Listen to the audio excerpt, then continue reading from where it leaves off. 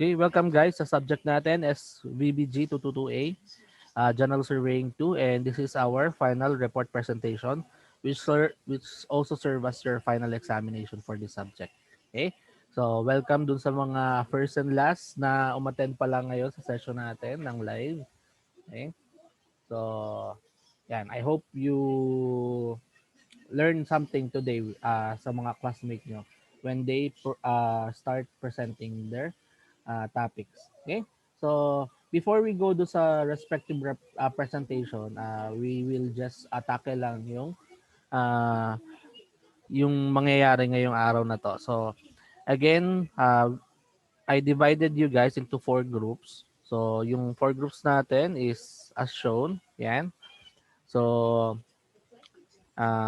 yeah, may kanya-kanya tayong topic, and then yung magiging sequence natin will be before we start, alamin natin yung sequence. Again, for group 1, magtatanong is sa group 4, sa group 1, sa group 3, kay group 2, kay group 2, kay group 3. Okay? So, any representative from the respective group may ask and answer the question. Okay?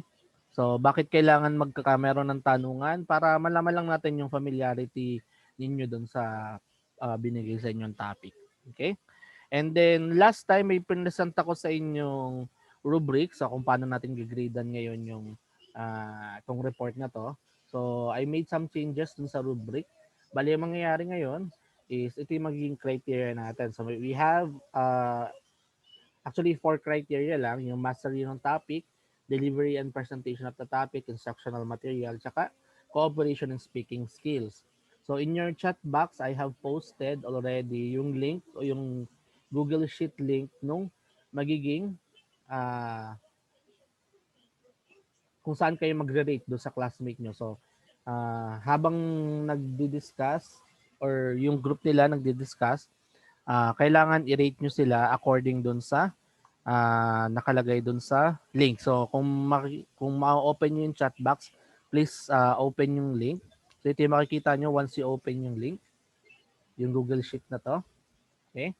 So kita ba yung Google Sheet ko sa monitor nyo? Yes po. Yes po. Okay? So ang mangyayari, halimbawa, di ba alam niyo naman yung respective group nyo. So nilagay ko number lang. So kayong bahala mamili kung saan kayo under ng group nyo, kung saan kayo magre-rate sa ibang grupo. So, pwedeng yung group nyo, i-rate nyo din, pero para ma-maintain yung anonymity ng bawat isa, kasi baka mamaya magtampo si ba't ganito lang yung ginrate sa akin, nilagyan ko ng number na lang, no? So, kapag occupied na yung isang column, move on na lang kayo dun sa next column. Basta meron kayong lahat place sa lahat ng column na yan. Okay? So, paano mangyayari? So, halimbawa, mauna si group 1 mag-present. Meron tayong 4 na criteria habang nagpe-present sila. So, yung pinaka-maximum grade na pwede mong ibigay sa kanila is yung nakalagay na percentage sa bawat criteria. So, halimbawa, sa master of the topic, may 30% na weight siya. So, pwedeng highest na pwede mong ilagay sa kanya is 30 points. Okay?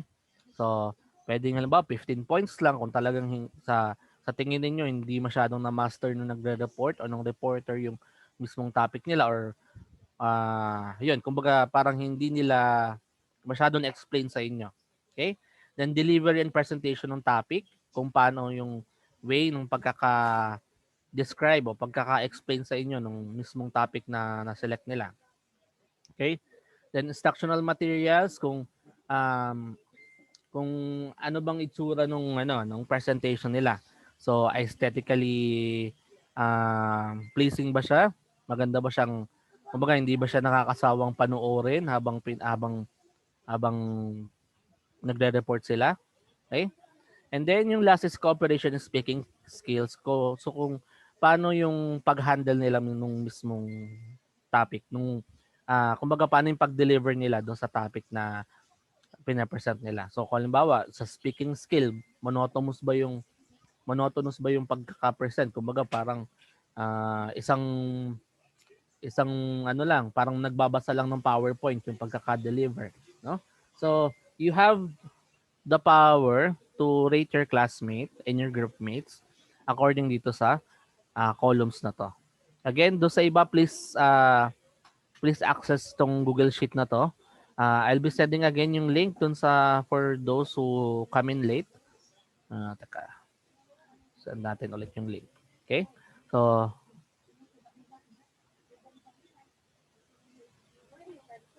okay. Sige. Panota ko nung kay Mr. Decal. No? Pero kung ma-access niya kamo yung Google Sheet, makikisabi, pa-access ako ng Google Sheet. No? Okay, so again, dapat merong ano kayo, iba't iba kayo ng column So kapag nakita nyo may nag-fill up na do sa isang column, wag nyo nang agawin yung column na yon. Pili na lang kayo ng iba. And then meron kayong respective group dyan. Kaya hindi kayo magkakaagawan lahat dyan. Okay? Question regarding dito sa grade sheet natin? Clarification?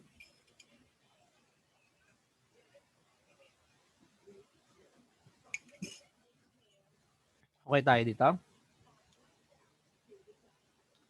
Yes po. Okay. Okay. Pabalikan natin na. Ito yung mga criteria na yon. So dito, pwede nyo makita dito din yung mga level, no?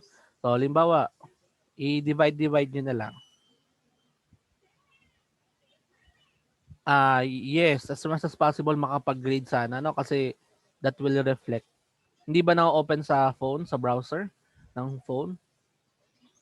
Nagmi-minimize naman ng alam ko ang Zoom kapag ano. Pwede kang mag-grade Miss Mandigma after na nung group presentation. Okay? So meron naman tayong mga sigurong 5 minutes na kasi yung pag-grade nyo naman as a whole yun eh. So hindi siya yung individual group. Individual member ng group. Per group yung pag-grade natin. Okay?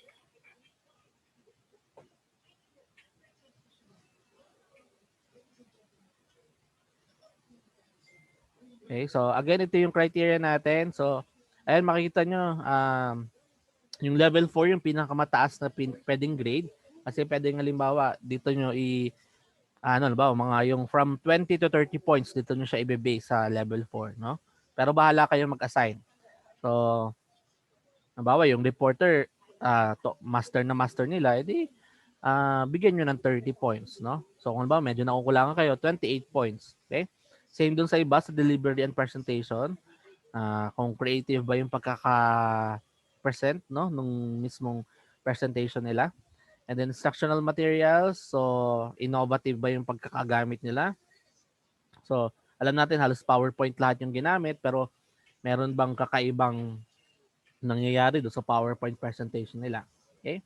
Then cooperation, kung tsaka speaking skill, ito nga kung monotone or hindi masyado clear yung pagsasalita, no? Hindi nyo maintindihan yung sound. So, yun. Again, yung makikita ninyong percentage dun sa tabi niya, okay? Ito, yun yung mga grade na highest grade na pwede nyo ilagay sa bawat criteria. So, kay mastery, 30 points ang highest. Kay delivery and blah blah, 30 points. Instructional materials, 20 points. Tapos, cooperation speaking skills, 20 points. Yung pwede nyong i-grade sa kanya. Okay?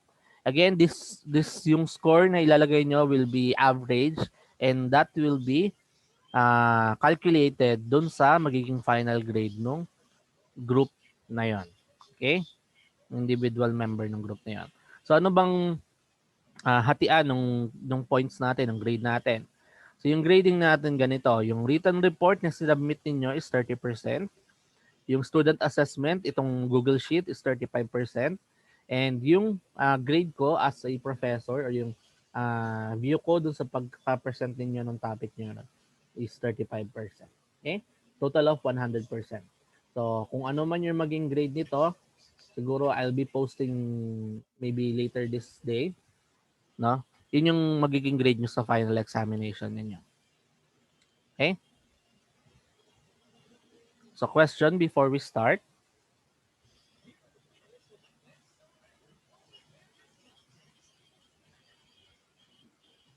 Okay, malino na kaya? Please ask question, no? Please, para hindi tayo natatagalan, no? Parang hindi pa din lahat nandun sa Google Sheet, no? Pipito yung nandito. Okay?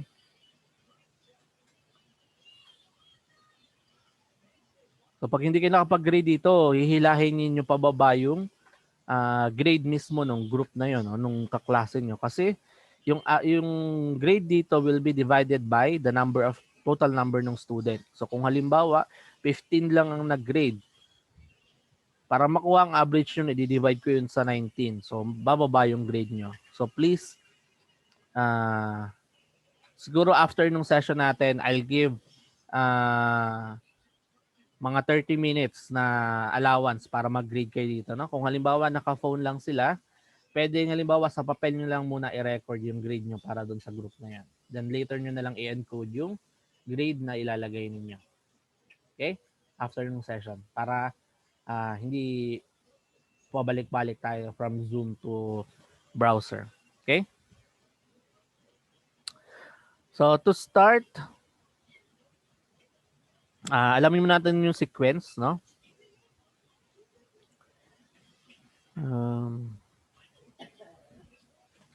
Okay. So alamin natin yung sequence ng magiging group. Nakikita yung ruleta.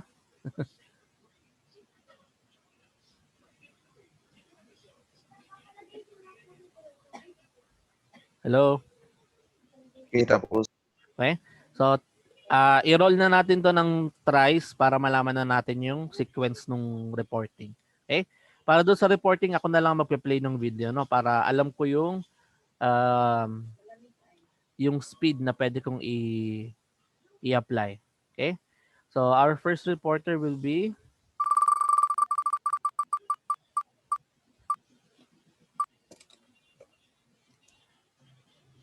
okay, we have group 3 muna yung una. So, ibig sabihin, pa-prepare din ako group 4 para dun sa question nila. And then, next natin is group 1. Okay, so pa-prepare na din group 2 para dun sa question ng group 1. Then, yung pang third and last natin will be okay, group 2 and group 4. Okay? So, sequence natin is group 3, group 1, group 2, and group 4. Okay? So, hindi pa din man nakapasok si Mr. Decal. Okay? I think everybody is accounted na except kay Mr. Decal, no?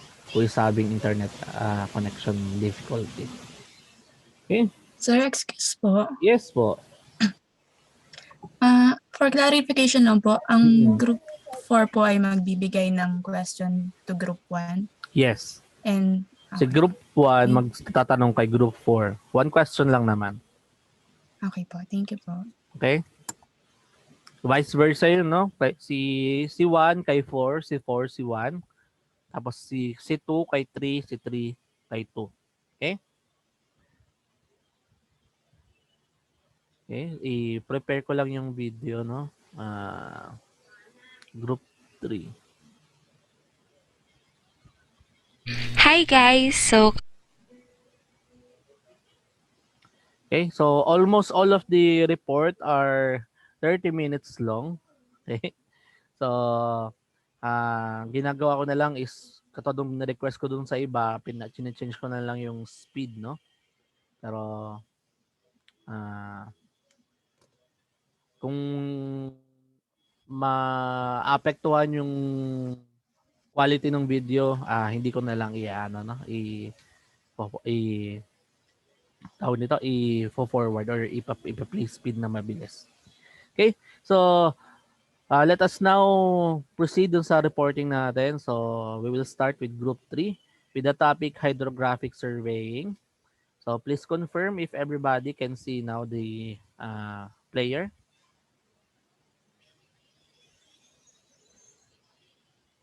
Yes po, Kito. Okay? So you can eat while listening, no? Kung hindi pa kayo nakapag-breakfast, Group 2, please stand by for later para dun sa question nyo for Group 3. Okay? So, let us start this presentation. So, let us welcome Group 3, Hydrographic Surveying. Hi guys! So kami ang Group 3 and i-discuss namin for today is hydrographic surveying. So this is our group mates, Via, Janice, PJ, Limuel, and Christopher.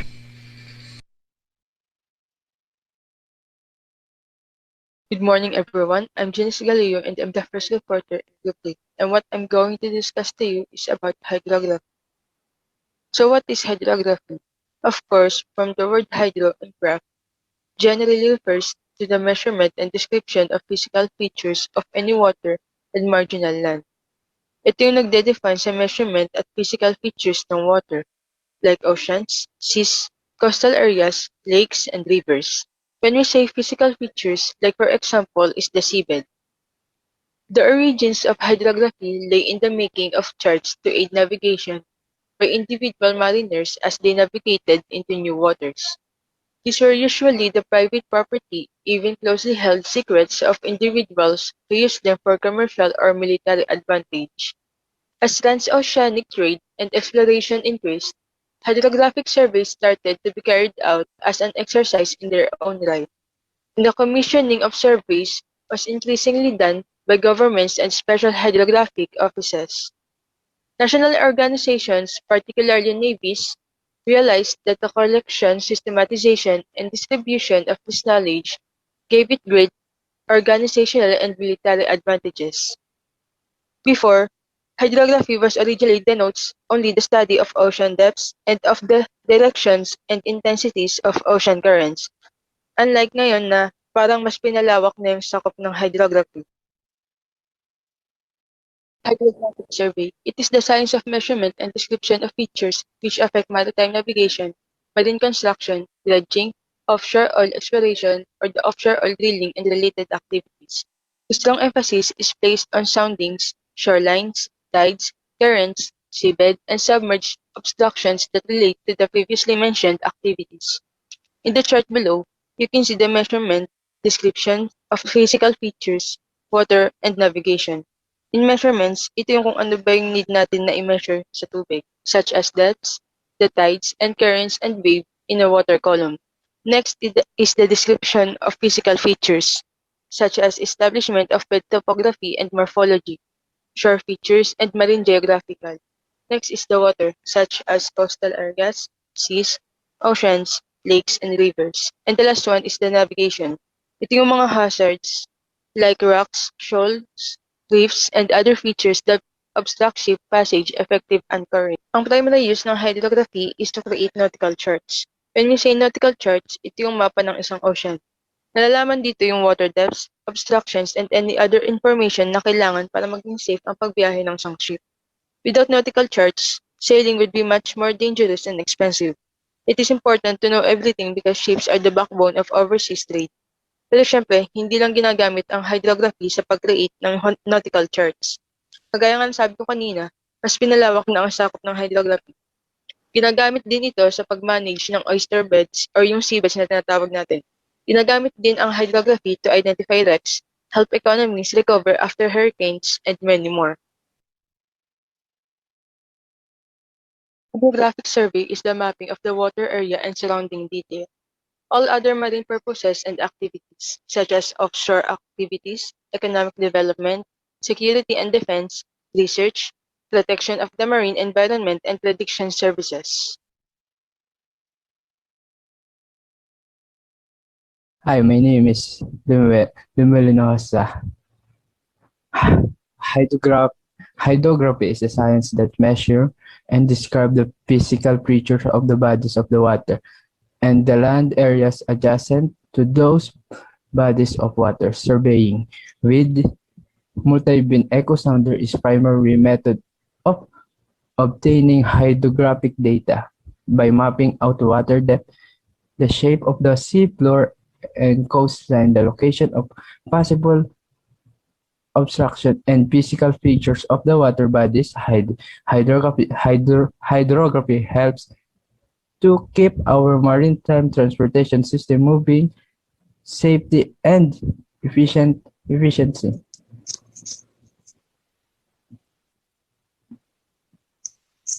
Hydrographic surveying. Use of hydrographic surveying include determining the depth of the seabed, measuring river and stream discharge locations, seawater measuring direct currents, planning massive structures such bridge, dams, harbors, identify scoring seating, and irregularities of the beds. Measuring tide location means sea level, determining the seashore line, and preparing navigation charts. What products are made from the hydrographic survey data? Nautical charts, essential maps for safe and marine navigation. Hydrographic models, baseline data for research and maritime geospatial products and service. Hydrographers measure the depths of water and search for shoal, rocks, and wrecks that could be the hazard to navigation. They also collect information on water levels and tides, current, temperature, and salinity. Leads lines surrounding poles and single beam echosounder. The history of hydrographic surveying dates almost as far back as that of sailing. For many centuries, a hydrographic survey required the use of lead lines, ropes, or lines with the making attached to lead way to make one end sink to the bottom when lowered over the side of the ship of the boat and surrounding poles which were poles with depth marking which could be just over the sideline until they touch the bottom. In entire case, the depth of measure had to be read manually and recorded as did the precision of each measurement with regard to map reference point as determined by 3 points sextant fixed. The process was labor intensive and life consuming and true. Also, each individual depth measuring could be accurate even the true surveys as a practical matter could include only a limited number of surrounding measurements relative to the area being surveyed, initiatively leaving gaps in converge between single soundings.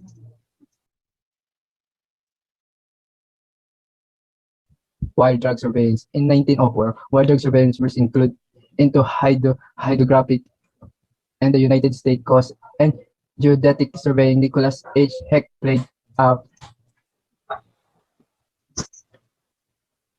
prominent role in developing and protecting the technique between 1906 and 1960 in the wild drug method. A wire attached to two ships or boats and set a certain depth by a system of weight and vice drag between 2 points. If a wire encountered obstruction, it would become taut and form a V shape. The location of the V related to the position of submerged rock works and other obstruction well and that depends which the wire raised set show the depth at which obligation was encountered. This method revolutionized hydrographic surveying as it allowed a quicker and less laborious from the more complete survey of the area than did use grid lines and surrounding poles.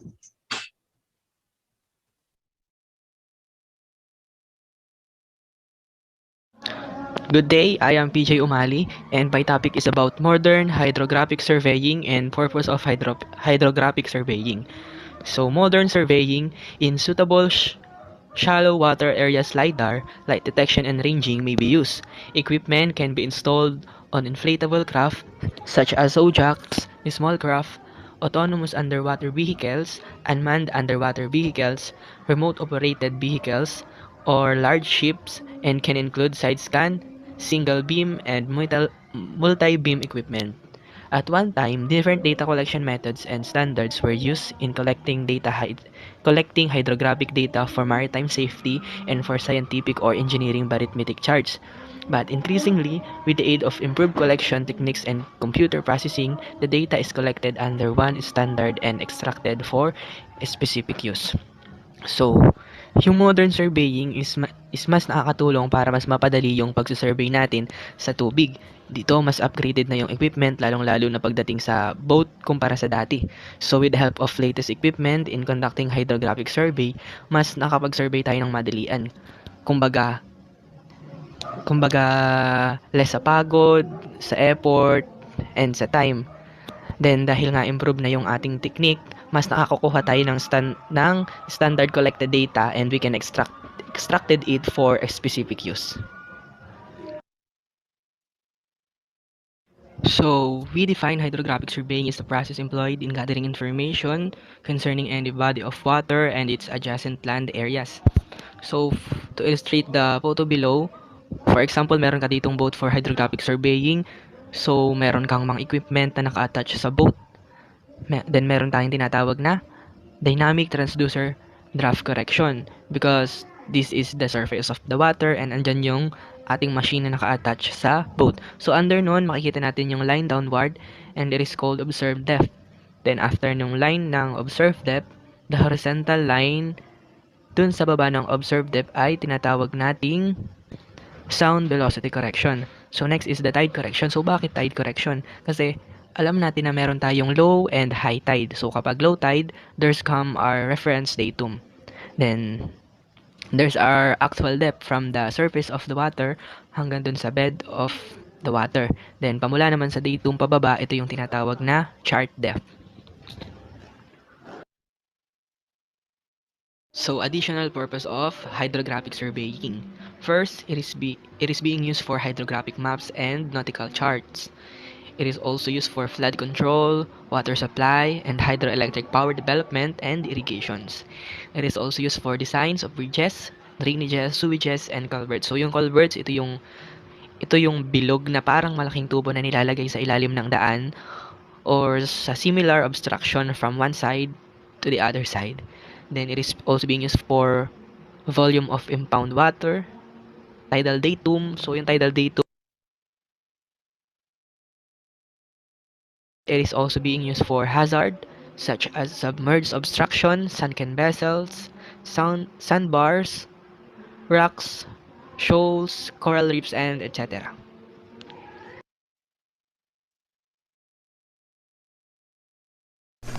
Hi guys! So, Via Mandigma at ipapaliwanag ko sa inyo ang about sa paggamit ng multi-beam echo sounders. So, ano nga ba ang multi-beam echo sounders? Ang multi-beam echo sounders ay ginagamit para mabase natin ang pagkalalim at malaman ang magiging itsura ng seabed. So, nagana ito sa pamagitan ng sensors na nasa ilalim ng bangka, which is yung hull yata yung tawag dun. At yun yung nagde-detect ng mga sound waves at yun yung kinokolekta na data na nanggagaling sa ilalim na yung seabed nga.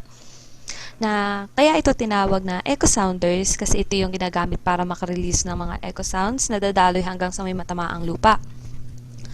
Mabagal ang pagdaloy ng mga beams na parang pagdaloy lang ng kahit anong mga sounds na nasa tubig. Yung para lang bang echolocation na ginagamit ng mga isda para makapag-communicate sa isa't isa. Siya nga pala, na ang paggana nga pala ng multi-beam echo sounders ay nakadepende sa oras ng pagdaloy ng sound waves para mapakita sa isang monitor ang posibleng itsura ng seabed. Madalas itong ginagamit ng mga taga-Maldives. Kasi marami dun sa lugar nila na halos tuwig lamang. Yun.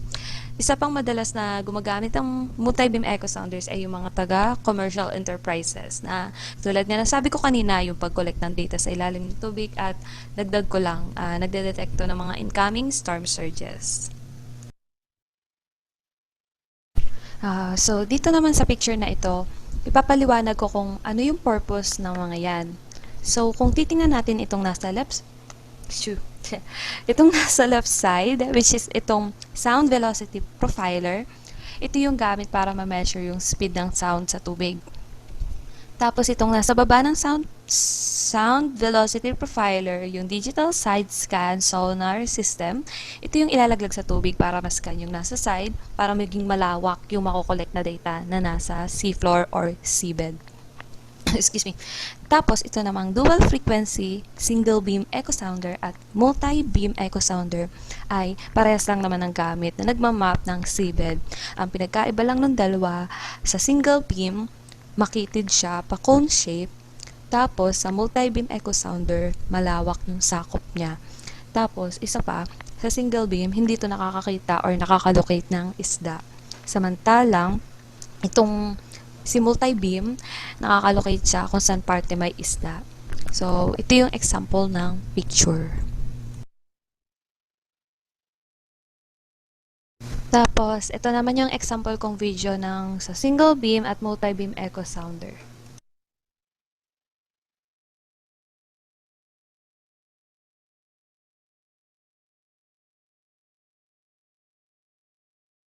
Tapos, itong last na surface sound velocity sensor ay kaparehas lang nung sound velocity profiler. Ginagamit lang yung sound velocity profiler ay sa digital side scan sonar system. Tapos, yung sa sound velocity sensor ay ginagamit sa single beam at sa multi-beam echo sounder. So, dito sa last part ng aking report is about hydrographic maps. So, ano nga ba meron sa hydrographic maps? Ang hydrographic maps ay mga information na kung ano meron sa seabed. Dito pinapakita ang hydrographic chart or map. Itong picture na to. Example ng hydrographic chart or map. Na kung titingnan natin itong sample na picture na ito, naka-indicate dito sa picture na ito yung different colors na mag-identify kung alin dito yung lalim ng part ng tubig na yun. So, ang hydrographic maps ay nagko-contain ng mga information about sa data used for elevation, high and low water lines, soundings usually in feet and tenths, lines of equal depths interpolated from soundings, conventional signs for land features as in topographic maps, and last, lighthouses, navigation lights, buoys, etc., either shown by conventional signs or letters on the map. Hello guys, I'm Christopher Catolico.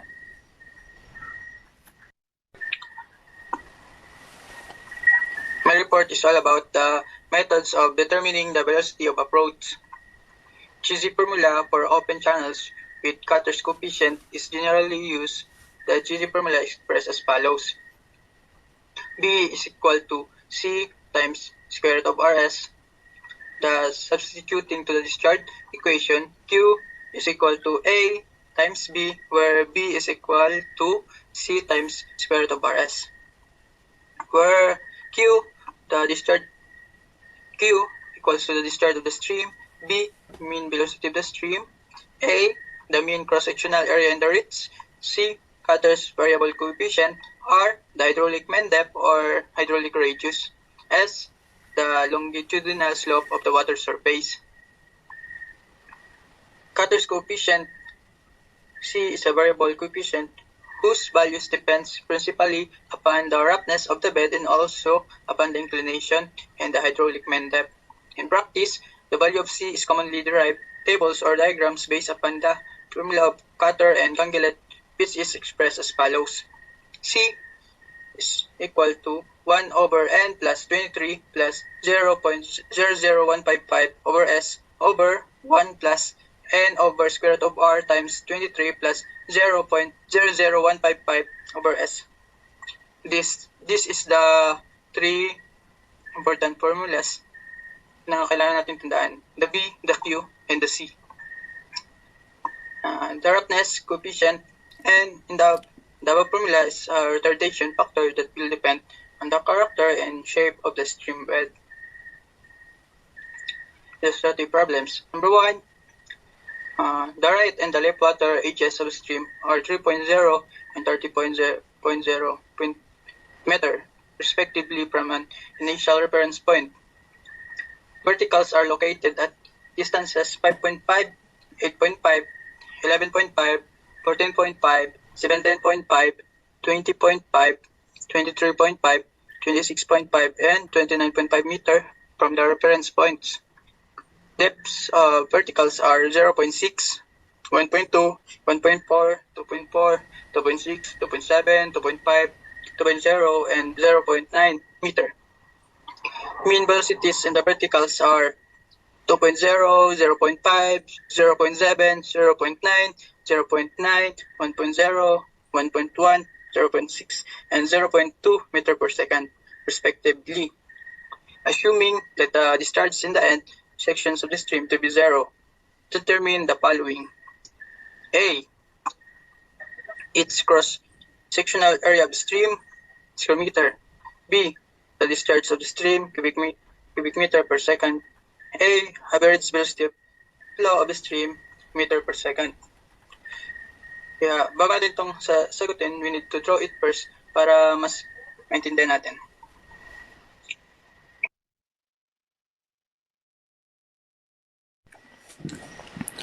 The right and left water edges of the stream are 3.0 and 32 meter. Respectively, from an initial reference point, verticals are located at distance 5.5, 8.5, 11.5, 14.5, 17.5, 20.5, 23.5, 26.5, and 29.5. From the reference point, depths of verticals are 0.6, 1.2, 1.4, 2.4, 2.6, 2.7, 2.5, 2.0, and 0.9. Velocities and the verticals are 2.0, 0.5, 0.7, 0.9, 0.9, 1.0, 1.1, 0.6, and 0.2 meter per second, respectively. Then, we need to determine the following. A. The cross-sectional area of the stream. To determine the cross-sectional area of the stream, in area 1, we have 2.5 plus 3 over 2 multiplied to depth of vertical 0.6 equals to 1.65 meters squared. In area 2, we have 3 plus 3 over 2 multiplied to depth of vertical 1.2. Then we have 3.6 meters squared. In area 3, 3 plus 3 over 2 multiplied to depth of vertical 1.4 is equal to 4.2 meters squared.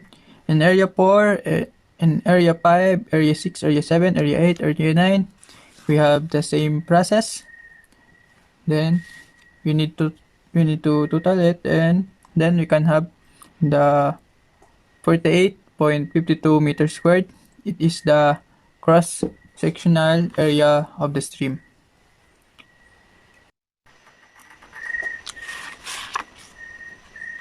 To determine the discharge of the stream, Q1 is equal to A1 multiplied to B1 equals 1.65 multiplied to mean velocities in the verticals 2.0 meter squared times meter per seconds is equal to 3.3 cubic per meter per second. Q2, we have 3.6 multiplied to mean velocities in vertical 0.5, we have 1.8 cubic meter per second. And Q3, we have 4.2 multiplied to mean velocities in the verticals 0.7, we have 2.94 cubic meter per second. In Q4, Q5, Q6, Q7, Q8, and Q9, we have the same process. Then we total it and we have 41.54 cubic meter per second. This is the discharge of the stream. To determine the average velocity of flow of the stream, we have Q total is equal to area total multiply to B average. We need to cross multiply or divide both sides by area total. We have B average is equal to Q total over area total. Q total 41.54 cubic meter per second divided by 48.52 meter squared into cancel. Cancel. We have 0.856 meter per second. This is the average velocity of the flow of this cross section.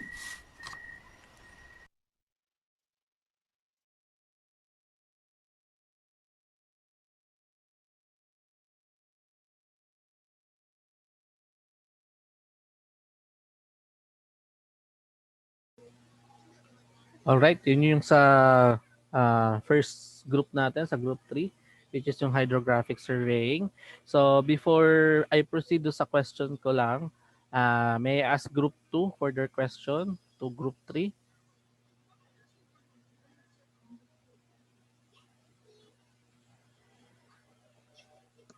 Hello po, sir. Hello, Miss Avero? Dinig po kaya ako? Yes, yes. Ayan po. Gusto ko lang pong itanong kasi na-encounter ko po kasi yung word na bathymetric surveying. Mm-mm. And napansin kong medyo similar po siya sa hydrographic surveying. Gusto ko lang pong malaman kung anong difference ng hydrographic surveying sa bathymetric surveying. Yan po. Okay, thank you, Miss Avero. So, anybody from group 3 can answer? Mandigma po, mandigma. Kinig po ba ako? Kinig? Hello? Hello? Yes po. Dinig. Ito. In my opinion lang to ha. Sa pagkakaintindi ko sa mga na-research ko nitong topic about sa hydrographic surveying, part po ng hydrographic surveying yung bathymetric surveying na tulad ng nabanggit ko sa report ko na yung single beam ay makitid po yung part na niridalita. Tapos sa multi-beam malawak yung sakop po niya sa panridalita. Na yung sa single beam, yun yung ginagamit sa bathymetric surveying. Na isa pa, may nakikita ako sa YouTube ng na ginagamit yung single beam na nakakabit po siya sa malaking boat. Pero yung karamihan kasi sa itsura ng bathymetric ay yung katulad na nasa picture nung report ko. Ewan ko lang kung napansin nyo yun. Basta nasa report ko yun, nasa picture yun ng report ko. Na maliit po siyang boat na para po ba siyang pwedeng pang bathtub na kaya siguro siya naging bathymetric kasi ang cute nung size niya, nung itsura ng instrument na gamit pang surveying sa bathymetric. Yun lang. Ano opinion lang po yun ha. Yun lang po. Okay, thank you, Miss Mandigma. So, nasagot ba yung question mo, Miss Avero? Opo naman, sir. Titingnan ko rin po yung sinasabi niyo. Okay. So, pero basically, ang bathymetric and hydrographic is kapag halimbawa sa ibang lugar, they are referring to the same thing lang, no? So, pareha siyang nagme-measure nung topography nung seabed natin. So, basically, depende na lang din. Ang bathymetric kasi laging sa ah, yung physical features nung body of water natin, then si hydrography is mas malawak yung scope niya. Okay? Pero foundation ni hydrography si bathymetry. So nauna si bathymetry bago kay hydrography. Okay? So Sige po. okay. Additional question for group 3. Siguro yung ano lang, regarding dun sa example nyo, bakit any idea lang kung bakit ganun yung ginamit na formula para dun sa area ng section?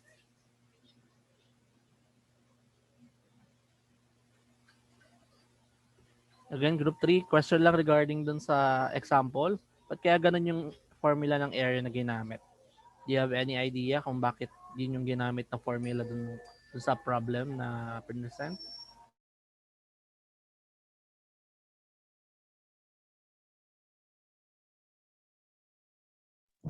Sir, ang pagkakaano po dun sa example po, nakita lang po namin yung example pong problem na yun ay sa YouTube. Eh, wala po kasi kami sir na mahanap na ibang tawag dito, reference po nung puwede pong example po ng yung isa-solve po ng mga solution po about sa hydrographic surveying. Okay lang, ano naman, wala namang problema do'n. Ang ano ko lang is sana na i-chineck natin kung paano nakuha yung area, no? Pero nonetheless, okay naman yung report niya, no? So, para dun sa idea ninyo, since ang hinahanap natin is yung velocity ng stream, di ba, as per report, ang formula na ginamit is yung formula for discharge na Q is equals to AV with yung formula ng V is yung square root of nalimutan ko kung anong square root of CRS ata yung nakalagay kanina. Pero basically, ganun yung ginamit ng area kasi trapezoidal yung shape ng cross section, no? So makikita niyo yung itsura mismo nung sorry ha, dito pa sa harap namin ng pumarada yung basura eh. Ah, yung mismong cross section nung sa drawing ni Mr. Catolico kanina, pag nakita niyo yun, 'di ba yung section niya is pa ganun yung itsura niya. And then pag tiningnan nyo, pag nag-cut siya ng mga section, parang may na-form ng mga trapezoid na maliliit. Okay? So, di ba ang formula ng trapezoid is 1/2, tapos yung dalawang side, tapos yung depth niya. Okay? Yung mean depth yung ginamit niya ata, yung D1, no? Yung D1 dito, D3. So, yun yung kung paano ginamit yung area, but yun yung ginamit na formula ng area. Okay? So, okay, so let us give a virtual clap para sa group 3 for your report before we proceed. So you may now grade the group dun sa sheet. So while we prepare para dun sa next group. Yes, Mr. Manipol. Sir, excuse lang po, yung sa ano, yung doon po sa sheet, para po kasing may nag-i-input din po kasi doon. Paano po kaya yun? Lahat po ba? Simultaneous yun nag-update. So bali kahit sabay-sabay kayo mag-input, ano yun. Basta pili ka na lang ng column na walang nag-i-input para hindi ma-override yung sayo.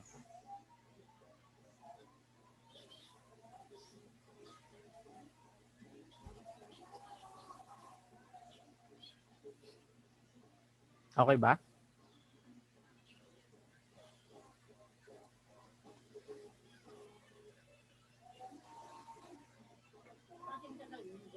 Group 3 pa lang tayo ha, but may grade na ang group 4. Group 3 pa lang tayo.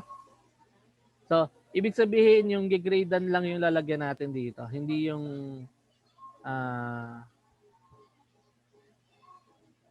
okay, sa group 3 pa lang tayo. So group 3 yung gigradean natin. Okay, I Sir, see. excuse po. Yes, yes. Hello po. Yes, Miss Sumagi.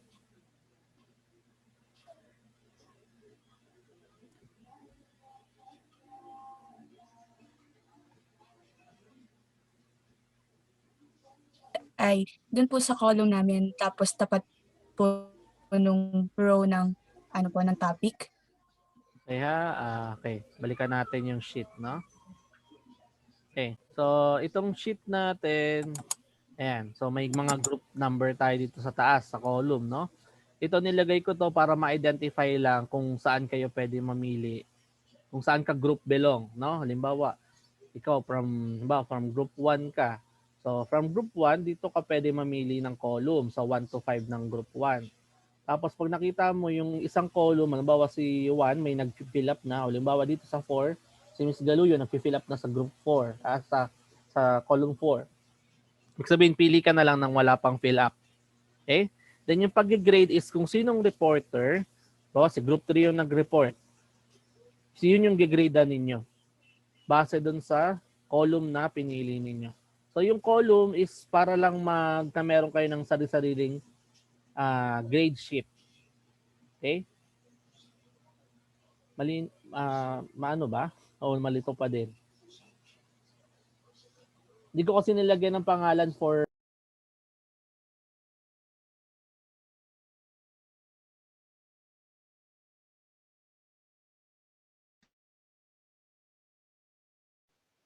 Hello, hello. Sorry. Humihina yung net, no? Nasaan ako? Again, yung sa grading, no? Hello? Kinig na ulit? Yes po. Yes Okay. po. Dito sa grading, di ba, yan, by group kayo. So, sa group nyo may 5, tas may isang group na 4 lang. So, kada group, meron kayong isang column individually. Okay? Yung nag-report is group 3. Ngayon, yung nag-report, yun yung gradean nyo sa tapat ng group 3. Okay? Then yung column na pipiliin nyo is depende na sa inyo. Kung halimbawa sa group 1, ito si Anonymous Manati. Nandun na siya sa first column. Dito na ako mag-fill up sa second column para hindi ma-override yung ini-input ni row 1. Okay?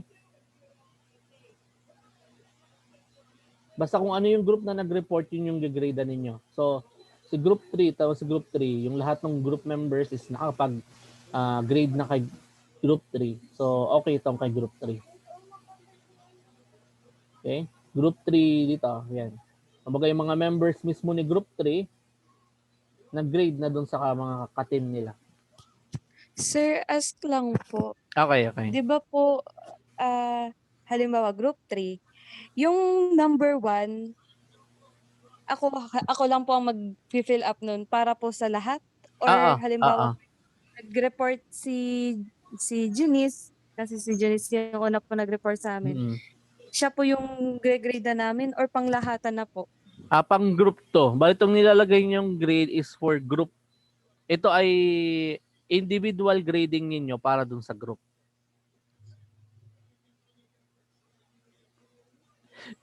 Malito ba? Okay. Ang nangyayari parang ginegrade nyo yung group, no? Halimbawa yung group 3. Ikaw bilang member ka ng group 1, individually, ginegrade mo si group 3. Yun ang ibig ko sabihin. Ano ba? Sir, ano po siya? Kunwari po, ako po from group 4. Okay. Kunwari po, ako po si number 4.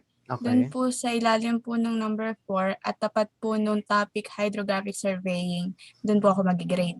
Yes. Okay po. Thank you po. Kung ano yung napili yung column dun sa una nyong ginradean, consistent na lang na yun na lang yung gigradean ninyo dun sa mga tapat ng other group. Okay? Nung original kasing nilagay ko dito is mga pangalan nyo talaga para hindi nalilito dito sa taas ng column natin, sa ibabaw.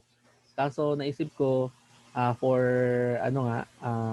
data privacy na din, no? Kaya nilagyan ko na lang ng ganito. So, ang tingnan nyo na lang, halimbawa, from group 3 ka, unang mong tingnan is yung column. Ibig sabihin, yung sa taas. No? Halimbawa, group 3 ka. So, ito yung makikita ko, group 3. Ngayon, mamimili ako kung anong column ang pwede kong lagyan. Nakita mo, meron si group 1, may nag-fill up kay 1, may nag-fill up kay 5. So, pwede kong pagpilian is 2, 3, or 4. Okay? So, halimbawa, si 2 yung fill upan ko. Sa ibang group, pag grade ko, doon ako kay 2 mag-fill up. Lagi. Okay? Nagre-record din naman sa akin kung sino yung nag-encode dun sa bawat sa bawat cell. Okay? Kaya makikita ko din kung halimbawa nagdoble kayo ng input. Hindi po ba individually po sila gradean? Hindi, by group to, by group. Okay po. By group. Mm-mm. Ang nangyayari, individual kayong nag-grade dun sa group.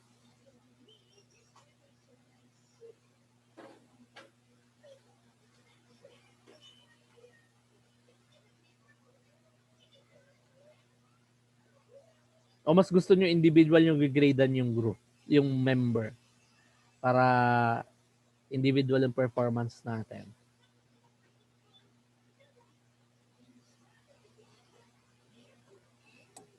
Okay na po yan. Okay na yan. Bali by group wise yung pag-grade pero lahat kayo ginigradean niyo yung group. Okay? So, I'll give you 5 minutes para ma-complete to o ma-accomplish to. Okay? While preparing, siguro additional comment lang para do sa group 3 or in general, no? Okay naman yung presentation ng PowerPoint. Next time lang para mas masanay kayo sa pagre-report, especially kapag nagtitesis na kayo, no? Kahit hindi nyo na ilagay lahat yung mismong sasabihin nyo dun sa buong PowerPoint, no? Tapos avoid din na masyadong maliit yung font size nung text. Ang sabi nga sa study, dapat mga 30 ang size ng font size, no? Kapag usually nagre-report. Okay, para readable siya. And mas maganda kasi na wala dun mismo dun sa PowerPoint yung binibigkas mo kasi mas na-appreciate nung listener yung sinasabi mo, no? Okay? Yun lang naman. So, good job, Group 3. So, we will now proceed sa Group 1. So, habang nag-grade kayo dyan, i-prepare ka lang yung sa Group 1.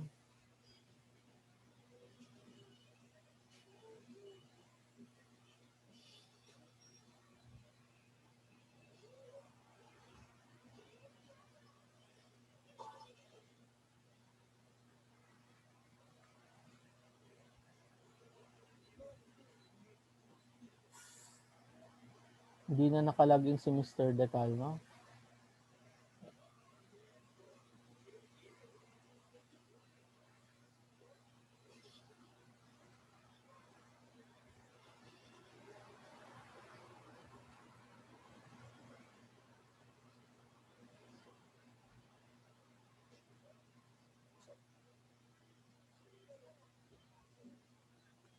So yung sa grading, ginawa kong by group na lang, no? Para ma-uplift din lahat.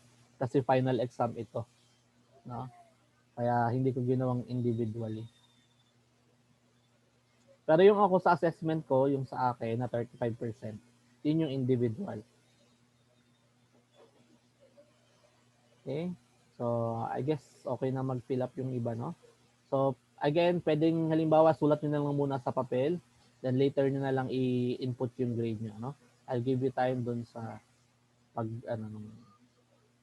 sheet. Okay?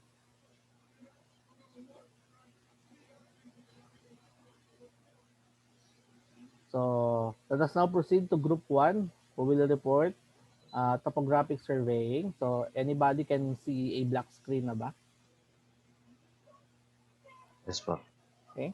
So, let us listen to group 1.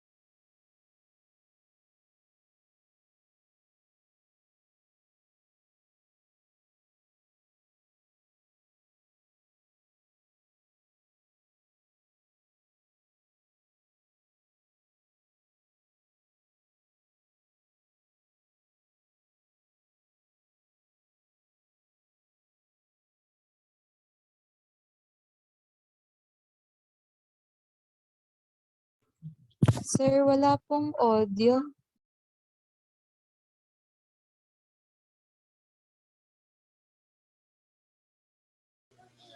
Ay, sorry.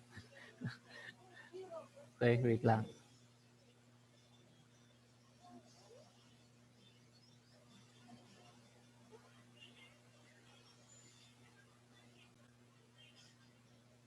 Okay. Please confirm kung meron na to, ha?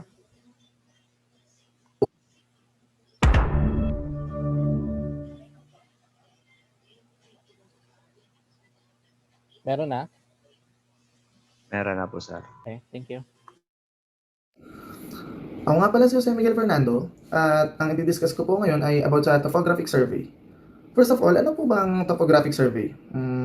A topographic survey locates all surface features of a property and depicts all natural features and elevations. A topographic or topographical land survey shows the height, depth, size, and location of any man-made or natural features on a given parcel of land as well as the changes or contours in the elevation throughout the parcel. While boundary surveys focus on horizontal measurements, topographic surveys are about elevation. So, ayun po ang isang topographic or topograpikong survey ng lupa ay nagpapakita ng taas, lalim, laki at lokasyon ng anumang gawang tao o natural na tampok sa isang naibigay na parsela ng lupa na rin ang mga pagbabago o konturo. Sa taas ng buong parsela, habang ang mga survey ng hangganan ay nakatuon sa mga pahalang na sukat, ang mga topograpikong survey naman ay tungkol sa taas. So, ang history naman ng topographic surveys were created in the 1800s to show elevation and landforms not listed on traditional maps and surveys.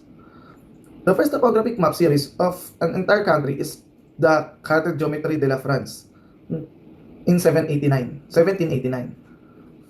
In the 1980s, databases began to replace printed topographic maps. By the mid-90s, these databases become user-friendly resources we now recognize when we access maps online.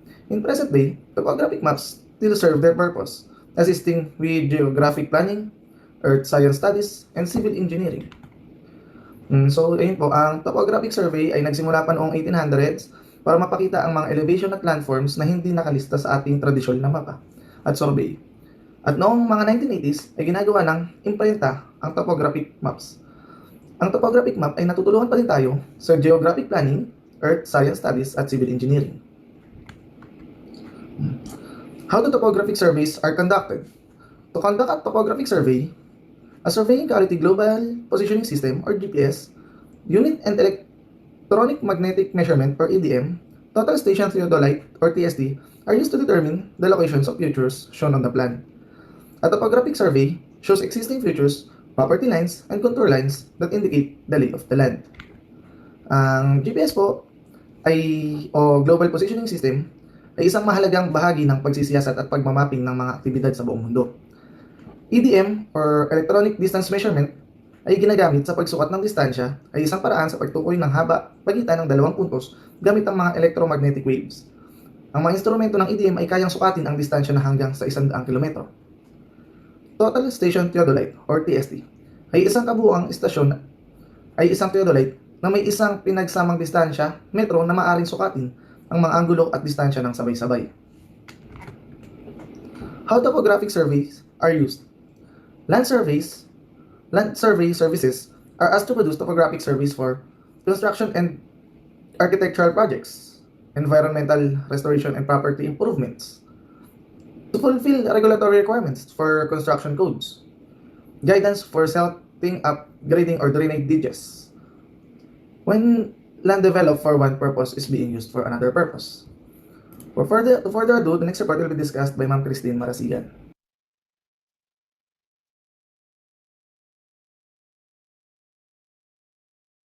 So when to request a topographic survey? So it says here that topographic surveys, also known as contour surveys, may be required as part of real estate transactions, civil engineering design and construction projects including new construction, remodeling projects to existing structures, utility design, road or bridge design or improvements, and grading or drainage projects. So we all know that topographic surveying is used to find the existing condition of a piece of land. It can include the existing features, the elevation of the ground, and any utilities that might be present on the surface. So, kailan ba natin kailangan magsagawa ng topographic survey? So, hindi naman sa lahat ng pagkakataon, kailangan natin magsagawa ng topographic surveying. There are circumstances talaga na hindi. Like, you've got into a town lot at gusto mo magpagawa ng bahay doon. And, yung lot is flat naman yung surface niya. Then, it is okay na maglagay ka ng bahay doon. Dahil hindi naman bako-bako yung bahay, yung lupa mo doon. If it's just a simple property na itatayo mo doon, at flat naman yung surface, it's okay na maglagay ka ng bahay doon or property na gusto mong ilagay doon. So, yun. But there are circumstances na talagang kailangan naman natin magsagawa ng topographic surveying, like magtatayo ka ng bagong mga malalaking building, mga bagong malalaking pabrika, especially kapag yung surface ng area mo is yung mga sobrang steep talaga, yung bako-bako na yung mga lupa. Kailangan mo malaman kung pwede ba talagang itayo yung mga building doon, kung ano ba talaga yung condition ng lupa doon, kung ano yung mga elevation ng lupa doon, kung accurate ba talaga nalagay ng mga gusto mong ilagay doon. So, yun yung mga circumstances na kailangan talaga nating magsagawa ng topographic surveying. So, hindi sa lahat ng pagkakataon, magpapa-topographic surveying tayo. So, yun. Next is using data from topographic surveys. Topographic surveys can be used to determine and plan features such as drainage ditches, grading, or other features. The results of the topographic survey are presented as contour lines on a site map and can be enhanced by computer software to provide interactive views. Partners CAD specialists can input this data to model how the topography may change through plan improvements. So topographic surveying is heavily depending on the features and the elevations and being able to find out on how high and low your points are. And sa topographic surveying, you're gonna be incorporating everything that you've learned about sa mga level, and is finding the difference about height between points. So, sabi dito, a topographic survey can provide valuable insight into how a site's previous or current use has affected the land, enabling better planning for future use. A professional survey will ensure that the land's feature will be suitable for its intended use before a real estate transaction or the commencement or construction project. So, if you're doing some sort of development or you're going to improve the property in some manners, gaya nga ng sabi natin kanina, one of the goal of the topographic surveying is to find the existing condition of a piece of land. So, kailangan natin munang, bago tayo magtayo ng mga bagong malalaking building, mga bagong infrastructure na gusto natin itayo sa area ngayon, kailangan muna natin na malaman kung accurate or suitable ba yung gagawin natin sa area ngayon, kung pwede ba talaga. So, yun. Okay, next. Topographic surveying is determining the relative locations of points on the Earth's surface by measuring horizontal distances, difference in elevations and directions. Topographic maps give the locations of places. They serve as base maps. So topographic survey or topographic maps is actually a basic map wherein you're going to see the elevation of catering, location of the features, whether it is man-made or natural features katulad nga ng, for example, is yung mga puno, yung mga bahay. So through these maps and surveying, we can locate their exact locations. So what are the use of topographic surveying in geography? So first is producing topographic maps. So now I have here an example of a topographic map. Kung nakikita nyo, at sana nakikita nyo, we have the Goat Island Mountain and there are points here. And these points are what we call the elevation. Tandaan natin that the higher the number, the higher the elevation is. So since there are, in this area, in the Goat Island Mountain, the highest value here is the 7,288. Therefore, it is the peak of the mountain. So habang lumalayo tayo sa 7,288, nagdi-decrease yung number. Therefore, yung 7,288, habang lumalayo tayo, pababa ng pababa yung trail. Like a mountain should be, tama ba? Kasi wala naman atang mountain na pailalim, di ba? So, yon. And, these lines here, kung nakikita nyo, this represents the elevation. So, itong yung mga line na to, ibig sabihin, isa lang yung chain na. So, the elevation of this line is 5,200 feet above sea level. So, ano pa ba yung mga nakikita natin sa map na to? Yan yung mga blue yan, river yan. So, may shelter dito. So, yun, may White River Road. So, yun. So, yun. Through producing topographic maps, we can locate, we can see features of a certain area. So, next is constructing topographic profiles. So, we have a topographic maps and topographic profile. In topographic maps, it shows up an bird's eye view of the landscape, and in topographic profile, it shows the side view of the landscape. So, kapag titingnan natin ang bundok at nasa top view tayo nito, ito yung makikita natin. Kapag nasa taas tayo, ito yung makikita natin. At kapag nasa actual view naman tayo, kapag nakikita lang natin sa daan, kapag dumadaan tayo sa kalsada at nakikita tayo bundok, ito yung nakikita natin, di ba? So, yun. Last is establishing vertical and horizontal control for accurately defining location. So, yun nga. Through all of this, we can locate our locations and everything. General principles of topographic survey. We need to select a scale in advance that will determine the plottable error. Work from the most accurate to the least accurate methods, which is using chaining pins or tapes. Orient each survey preferably with respect to true north. The first stage of surveying is always establishing horizontal and vertical control for the elevation. Then, within these controls, the distance, direction, and the difference in elevation between key fixed points. Then after the survey, it will establish a survey plan that includes checks on accuracy, example redundant points, pacing of measured distances, surveying between fixed positions, etc.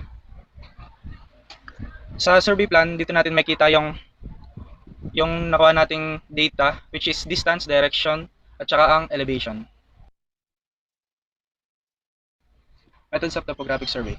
Horizontal distance. Tachymetry, a rapid optical means of measuring distance using a telescope with crosshairs and stage rod. Measuring slopes distance with a tape and reducing it to horizontal distance using the cosine of the slope gradient. Tachymetry or tachymeter is more accurate on using chaining pins or tape. Dahil dito sa tachymeter o tinatawag na tachyometry na isang method na ginagamit sa topographic survey, malalaman nito ang distance, direction at ang elevation. Dahil sa tachymetry, mas accurate dito kaysa sa paggamit ng tape or chaining pins, lalo na kung ito ay sa mga lugar na mabubundok. Dahil hindi natin magagamit basta-basta ang mga chaining pins or tape sa mga gantong klaseng lugar. Kaya mas accurate itong gamitin.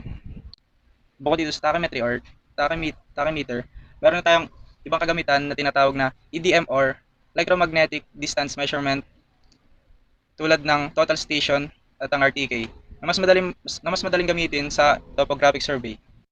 Difference in elevation, leveling with a level telescope and a stage rod, or measuring a vertical angles and a slope distance. Leveling is more accurate since elevation differences are measured, not calculated. Two readings are taken at each position of the automatic level, a box height towards a station located before the level and a foresight to the next station on the traverse. The difference in the elevation between successive stations if the difference between the box height and the foresight read from the stage rod. Dito sa topographic survey, ay mahalaga ang pagle-level upang mas maging accurate yung readings mula dun sa gagamitin na instrument. Dahil dito, hindi lang basta distance at saka direction ang hinahanap dahil kasama pa dito ang elevation. Number 3 is direction. Horizontal angle measured with a compass, precise measuring devices using vernier scales. Direction is expressed relative to a reference line or meridian. True meridian, a north-south line. Magnetic meridian, a line parallel with the Earth's magnetic lines of force. Assumed meridian, an arbitrary line. Dito naman sa direction, kailangan natin gumamit ng compass upang malaman natin yung horizontal angle. At upang maging mas precise yung measurements, kailangan natin gumamit ng vernier scale. Then, ang direction ay makikita natin ito sa reference line or ang meridian. At ang meridian ay ang north to south line. Types of horizontal angles. Bearings and azimuth. Ito ay ang binibigay na information na nakokolekt galing sa instrument bearing. Angles expressed relative to a meridian using the quadrant and an acute angle. Example, north 37 degree east, south 62 degree east, and north 20 degree west. Azimuth, the clockwise angle from the north branch of a meridian. Example is 45 degree northwest and 180 degrees south. Deflection angle. The angle between a line and the prolongation of a preceding line, it is a right or left angle depending on whatever the new line is right, clockwise, or left or counterclockwise of the preceding line. Interior angle is an angle inside a closed polygon. Types of traverses. Azimuth, along a single direction, count for slope profile surveys where the profile is always perpendicular to contours. Closed traverse.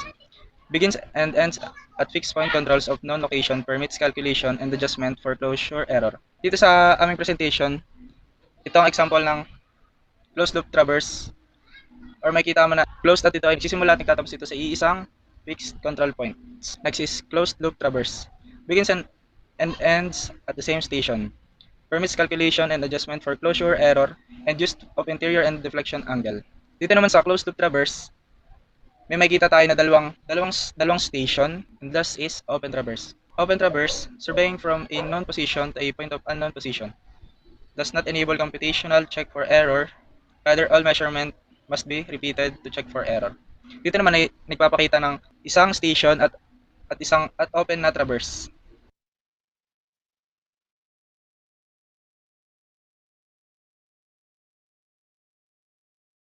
I'm Marlena Ansi and I will discuss about the two basic problems in topographic survey. The first problem in topographic survey is the shape of the Earth. Since the shape of the Earth is not perfect, the exact term or word to describe its uniqueness or irregular shape is what we call geoid.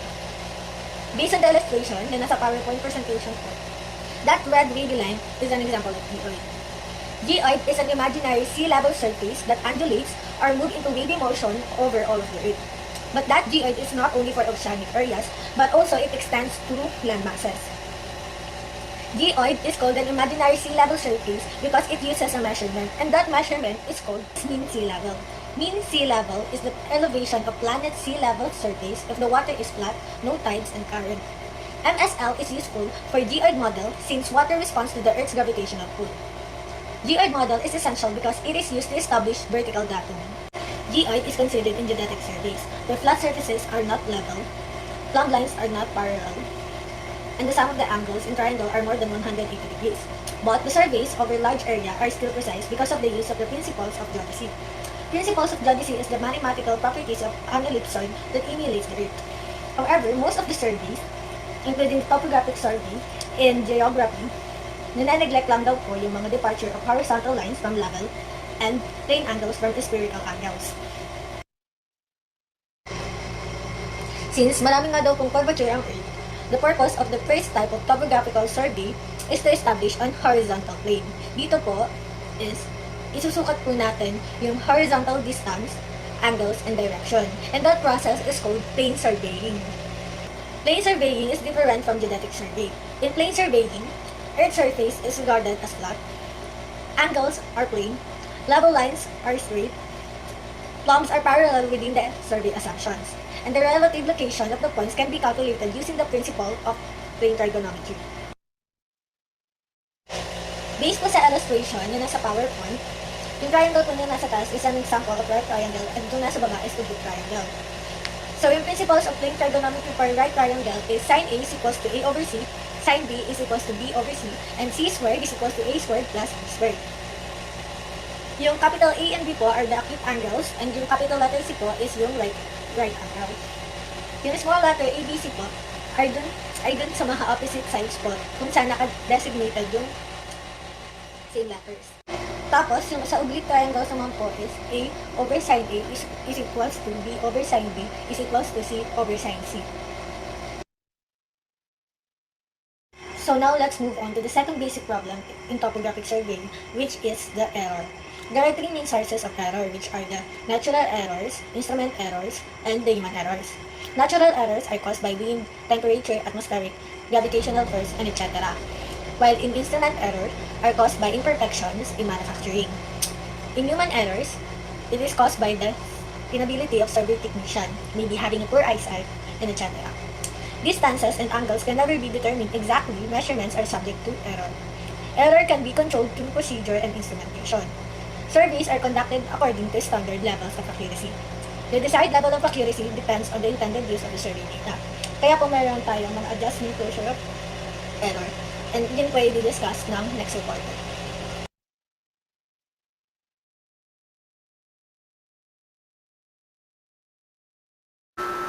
In a closed polygon, the sum of the interior angles is equals to 180 degrees, n minus 2, where n is the number of the sides of the polygon. Thus, the sum of the horizontal angles in the triangle is n equals 3, is 180. An equal angle is subtracted or added to the measurement to satisfy the equation for interior angles. If the closure error is not equally divisible by n, make the largest adjustments to the largest angles. The sum of deflection angles for any closed polygon is always 360 degrees. This provides for another means of determining and adjusting for closure error. In the difference in elevation, closure error can be determined for closed and closed loop traverses. The closure error can be divided by the number of stations on the traverse, or the correction at each station can be calculated according to the distance from the origin of the survey. Ci is equals to di over L times EC, where Ci is the correction applied to station I, and di is the distance to station I from the origin of the traverse. L is the total length of the traverse, and EC is the closure error. This method accounts for the propagation of error with distance. In horizontal distances, as with leveling, closure error can be determined for closed and closed loop traverses, where the coordinates of the endpoints are identical or known. Location in the horizontal plane are given by x and y coordinates. Using the measured horizontal distances at adjusted angles, calculate the coordinates of each station. The difference between the calculated and known coordinates of the end control point is dx and dy. The closure error in x and y, as with leveling, the adjustment is a function of the distance traversed relative to the total length of the traverse, where CDXI and CDYI are the adjustments in the x and y coordinates at station I. Closing error occurs if a closed traverse is plotted according to the field measurements. The endpoint of the traverse will only coincide exactly with the starting point, owing to the errors of the field measurements of angles and distances. Due to errors in the field measurements of angles and distances, the traverse is plotted according to the field measurement will not close on the starting point. The distance by which the endpoints of a survey fails to meet the starting one is called the closing error. Transverse is a series of lines connecting successive points whose lengths and directions have been determined from the field measurements. Latitude of a line is the northings or southings, and the departure of line is the projection onto the reference parallel or an east-west line. Error of closure is a short line of unknown length and direction connecting the initial and final station of the traverse. It is approximately determined by plotting the traverse to scale, or more exactly by computing hypotenuse of the right triangle, whose sides are the closure in latitude and closure in departures respectively. CL is the closure in latitude, CD is the closure in departure, and the null is the bearing angle of the site of error. The error of closure is the ratio of the distance by which a survey fails to close to the perimeter of the track survey and the sum of the angles of a traverse as measured minus the true sum required by geometry. The principle that is used to adjust closing errors is the compass rule, which applies a proportion of the closure errors to the line. We can calculate closure error by plotting the traverse to scale, or more exactly by computing hypotenuse of the right triangle, whose sides are closure in latitude and the closure in departure, respectively, where closure in latitude are the algebraic sum of north and south latitudes.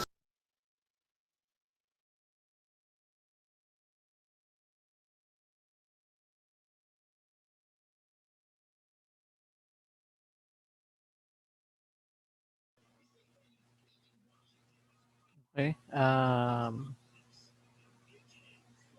Okay, so I think that's it for group 1. So may nagka-problema lang ata no, hindi na nakikita yung presentation. I'm not sure kung hanggang saan yung hindi nyo na view no. Kasi maulan din ngayon ano kaya siguro nagkaka-ano dun sa internet connection natin. Okay? So um I'll just re-upload na lang tong mga video na to para if ever you need to review yung report ng classmate nyo, no?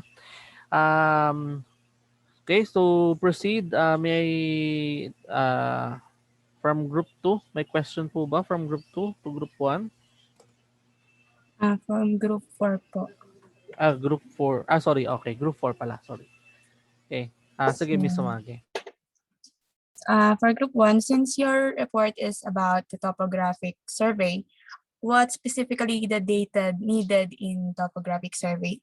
Only if possible, can you please include a short explanation for that? Thank you.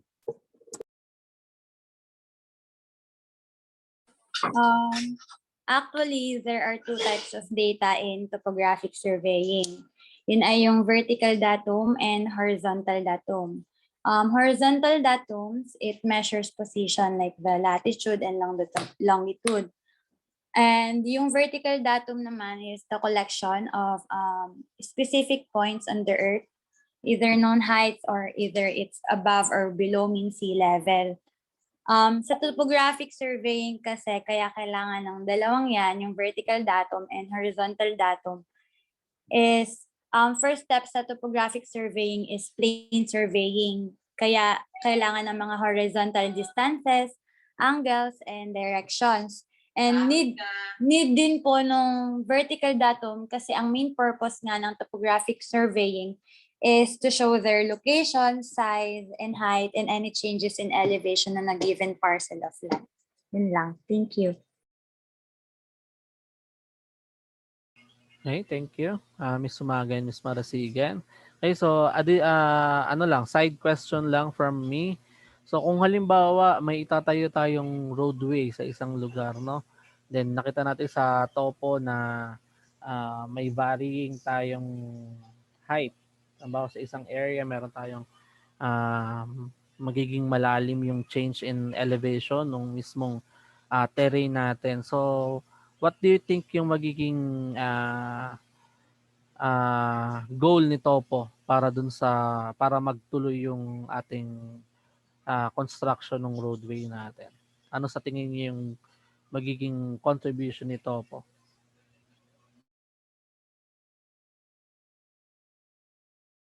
Anybody from group 1 can answer, no?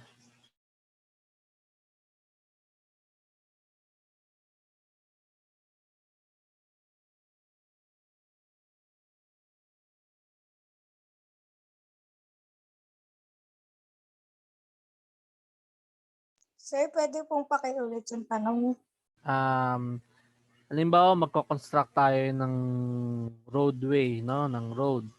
So, usually kapag mga roadway yung kino-construct, especially ng DPWH, laging required ang topographic survey all throughout ng stretch ng roadway natin. Ngayon, yung nakita natin dun sa topographic map na na-prepare na dun sa isang segment ng roadway natin, may malaking change in elevation nung terrain. So, ano magiging role ni topographic survey sa para mag-push yung construction ng road natin?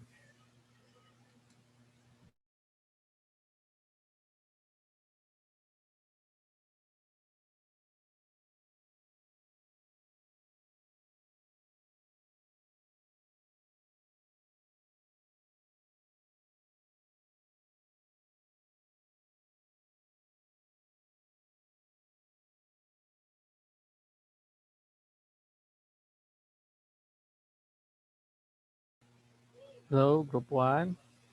Still there?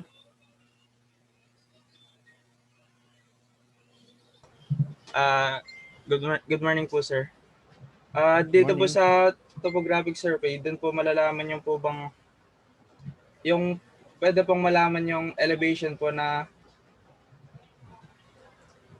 pwede pong baguhin yung elevation para po magtuloy-tuloy yung ano po, yung construction po nung sa road po. Okay. Thank you, Mr. Roca. So, medyo malapit na. No? So, yun to po kasi minsan kapag sa roadway, nagiging siyang basis kung kailangan ibahin natin yung ruta ng mismong roadway natin. No? So, halimbawa, masyado talagang matarik yung difference in elevation. Ang mangyayari ngayon, iiwas natin ngayon dun sa lugar na yon yung daan ng roadway natin. So baka ganun yung nangyari dun sa Bitukang Manok sa Atimonan, no? Na bakit nagtatanong yung iba, ba't hindi nilang dinerecho siya na isang pataas na ganun, no? Ba't kailangan pang isigsag siyang ng ilang ulit? So dahil masyadong matarik na yung elevation, yung terrain, hindi siya pwede o hindi kaya ng sasakyan i-maintain yung ganung elevation, no? So si Topo, nag-a-act siya as a guide for the engineers to identify yung possible route ng roadway natin. Okay? So, pwede ding maging sagot is, halimbawa, hindi naman kalakihan yung difference in elevation, pero alangan namang biglang papagdive natin yung road natin. Biglang pagdating ng parang roller coaster na susunod natin yung roadway na bababa din siyang ganon. So, doon pumapasok yung pag-construct ng mga bridges natin. Okay? So, pag halimbawa, tinignan natin yung topo natin, as pag tinignan natin yung elevation niya, yung sabi niyo nga, yung actual view, no? Tapos nakita natin na pwede tayong maglagay ng bridge. Doon nagko-construct ngayon ng bridge. Kaya makikita nyo, yung mga highway natin, may mga nadadaanan tayong bridge kasi yung mismong terrain ng lupa before is magkaiba siya ng elevation o lumubog siya o may dumaan na river sa ilalim niya. Okay? So, thank you so much Group 1 for your presentation. So, let us give Group 1 a virtual clap.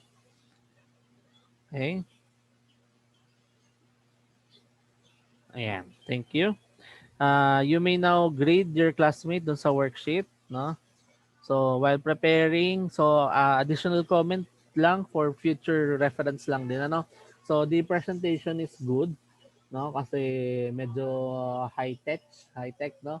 Kasi medyo naka-base sa Netflix yung mismong report. Kaso ang problema lang is next time wag natin takloban yung mismong yung yung text, no? So kung possible ma-adjust natin sa upper right corner yung video or somewhere na hindi ma-disrupt yung mismong text na binabasa, no? Um, additional is yung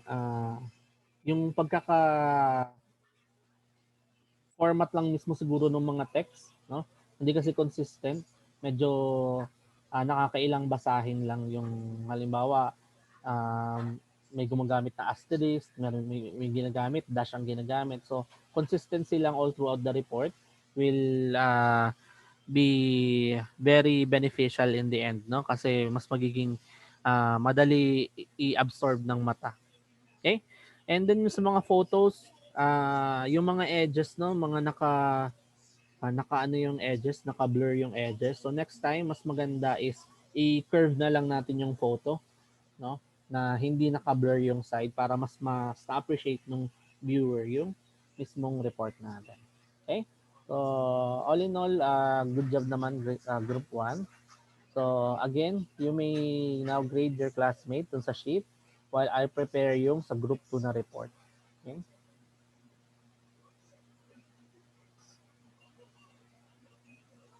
Okay, so group 2 will be reporting mind surveying. So far sila yung medyo maikli yung report, no? So almost half nung report nung tatlo.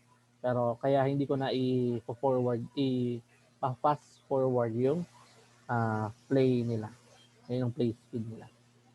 Okay, so let me share the report. Okay. So,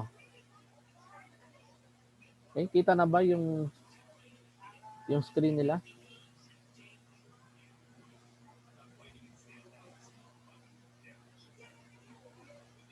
Hello?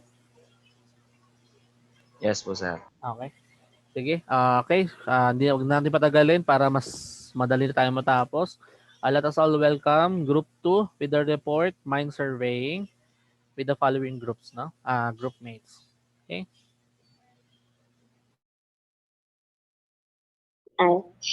Magandang araw sa lahat. Kami po ang Group 2 na naatasan na mag-report para sa mind survey. Next slide na.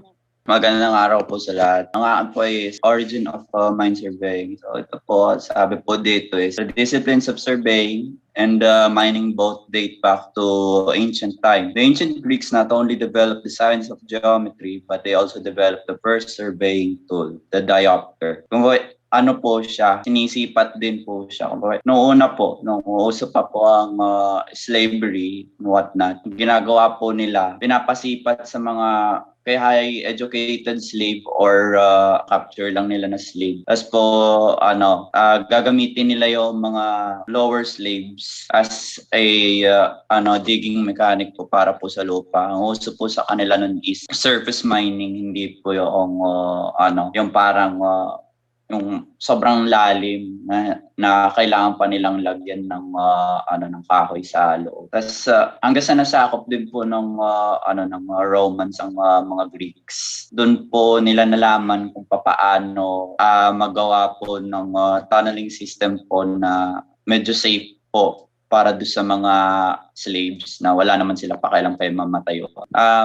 Next slide po. So nung pong panahon po ng Romans na ay nagtapos sa Spain po, ang ginawa po nila ay tunneling system din tulad doon sa Spain, sa Romans po. Ang kaibahan lang po nun sa kanila ay mas rich na resources ni Rome at kinakailangan po nilang mag-plunder at saka mag-harvest ng minerals sa ilalim ng lupa para po sa kanilang conquest, sa kanilang empire. So, nung pong nag-end po ang reign po ng mga tyrannism sa Hellenistic world, na na-notice po ng world na ang mining surveying nung pong ano na po, panahon na po ng industrializing po ng UK. Doon po nila na-recognize yung profession nila. So, yun lang po yung sa origin. Maraming salamat po. What is mine surveying? Are surveys which are performed to determine the position of all underground excavations and surface mine structure to fix surface boundary of mining claims, determine geological formations, to calculate excavated volumes and establish line and grade for other related mining work. So, mine surveying is used para ma-determine din yung boundaries, not only the surface boundaries but also yung underground boundaries na sa mga minahan. Tapos yung mga ma-determine din yung mga forms ng rock doon or if ever may minerals, ganun doon.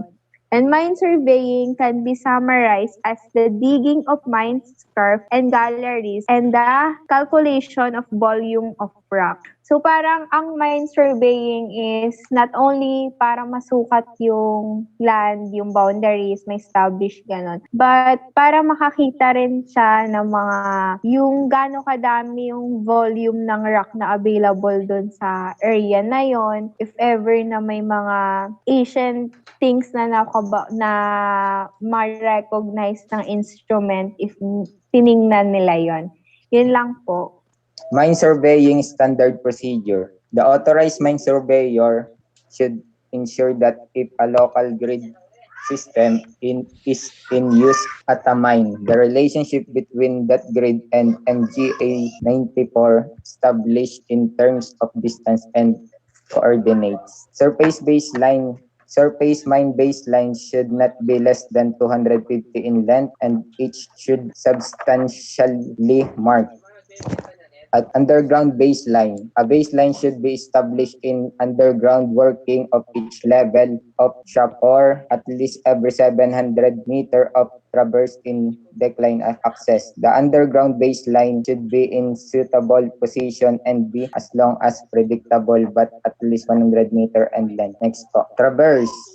The position of mine working should be established with accuracy of 1:5,000 or to within 0.5 meter absolute error to mine the tomb. In case of inaccessible working or where reflectorless EDM o kaya po ay yun po ay electronic distance measurement or laser ranging equipment is employed of cavity measurement, a lower order of accuracy may be acceptable. Sa accuracy po, each underground control survey and check survey should where possible be close to the highest standard of accuracy that can be practically achieved. Pagdating naman po sa mga maximum standard error po, ang angular measurement po ng horizontal and vertical, ang kanya pong maximum standard error po ay positive negative 5 seconds. Pagdating naman po sa distance measurement, ang maximum standard error po ay positive negative 3 mm plus 5 ppm o kaya po ay 3 millimoles plus 5 parts per million. Sa GPS positioning po, ang maximum standard error po ay positive negative 10 mm plus 10 ppm. At saka po sa labeling po, ang maximum error po niya per kilometer of double run is positive negative 4 mm. Each underground control station should be adequately referenced and substantially marked. The station number should be painted adjacent to the survey station and also the adjacent wall. Next po. Survey record and supply of survey information. System care should be taken for the safe of fireproof preservation of mine plans, notebook, computer data files, traverse record and associated calculation, correlation record and associated calculation, coordinate book or sheet and other record from which the working have been started. Yun lang po. When is mine surveying used?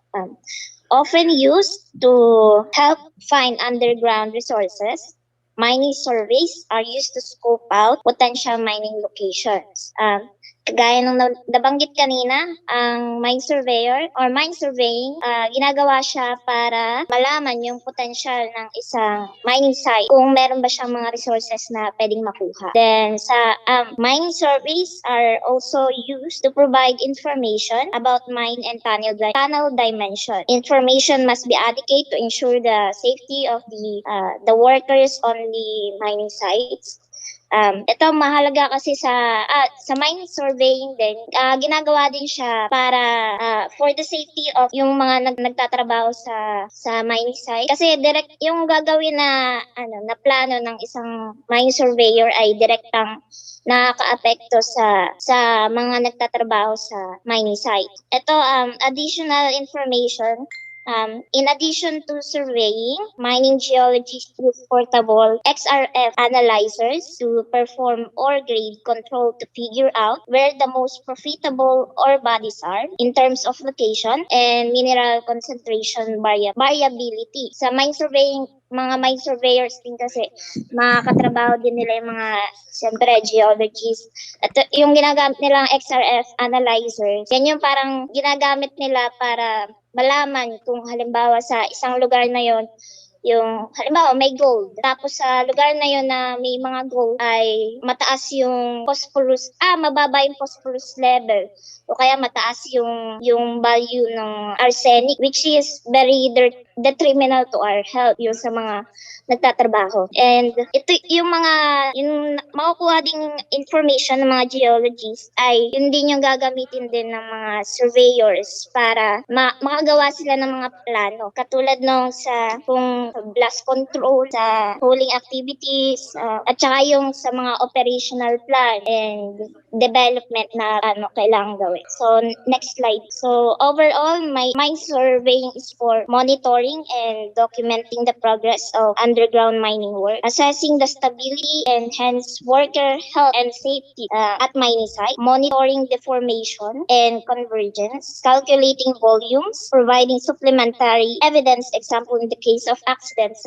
or damage, tapos aiding security and protection of mining sites, etc. Ayan yung picture ng isang portable XRF analyzer. Yun lang. Next slide. What is the purpose of mine surveying? According to WIGEN 2018, mining surveyors are responsible for the accurate measurement of areas and volumes mined, plus the precise representation of the surface and underground situation on mining plans. Extractiveshub.org has a more elaborate explanation on what can be the different purposes of mine surveying. Ito yung mga purposes ng mine surveying natin. Comply with regulations governing mine surveying, mine plans and related matters. Ensure compliance with mining title arrangements, either licenses or contracts, ensuring that all work is carried out within permitted boundary limits. Maintain an adequate geographic database, plan sections, models for planning the layout of all physical features, mine workings, plant buildings, and all infrastructure. Maintain a permanent record of all above physical features. Provide control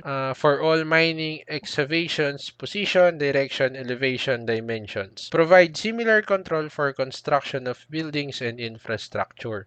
Sa madaling sabi, yung mine surveying is siya yung mata, siya yung magsisilbing mata ng mga workers inside the field or yung sa mining site. Kasi hindi ka nga naman din magiging sure kung saan ka magsisimula maghukay, kung saan mo dapat ilagay yung poste, kung ano yung dapat butasin mo or kung papasabugin. Kailangan sure tayo para yung aksidente minimal or hanggang sa wala talagang maganap na aksidente. So, yun yung purpose ng mine surveying and syempre kailangan din ng yung plano nung area kung paano tatrabahuhin. Kailangan nila ng detailed na representation sa plano na makikita ng mga workers doon sa site para yun yung magiging pinakang susundan nila. Yun lang po. Sample problem. A mine has a strike of north 10 degree 15 minutes west and a dip of 43 degree 40 minutes west. A drift in the vein has a grade of 2 degrees, find the bearing of the vertical plane containing the dip, horizontal angle between the strike and vertical projection of the drip, and the bearing of the drip. So available nating given is bearing ng strike 10 degree north, 10 degree, 15 minutes west, tapos bearing ng dip, tapos itong bearing ng dip na 43 degrees, 40 minutes west. Tapos yung grade na 2 degree. Ayun yung given natin. So, based doon sa mga given na yon, pwede tayo makapag-create ng graph. And ito yung graph na yon. Next, so, dahil ang given lang naman natin is strike, dip, at saka grade, based doon sa formula sa previous slide, yan, sa formula na tan times dip is equal to grade over divide sign delta. Next, dun sa formula na yon, may available tayong informations na yung grade natin at saka yung dip. So, bale, magte-transpose lang tayo ng formula para makapag-create tayo ng delta is equal to sine -1 grade divide tan dip. So, based doon, ang mangyayari is sine -1 times grade na 2.02 divide tan times 43 degree, 40 minutes. Yun po yung bearing ng dip natin. So, ang magiging equals nun is 1 degree, 12 minutes, 2.22 seconds. So, ayun po yung sagot sa number 2 natin. Kasi yun yung may available tayo na information. Kaya yun yung agad nating nasagutan. So, number 3 naman tayo, yung determine the bearing of the drift. So, para makuha mo yung bearing ng drift is delta plus bearing strike. Available yung bearing strike natin na 10 degree, 15 minutes. Tapos, yung delta naman natin is yung na-solve natin earlier.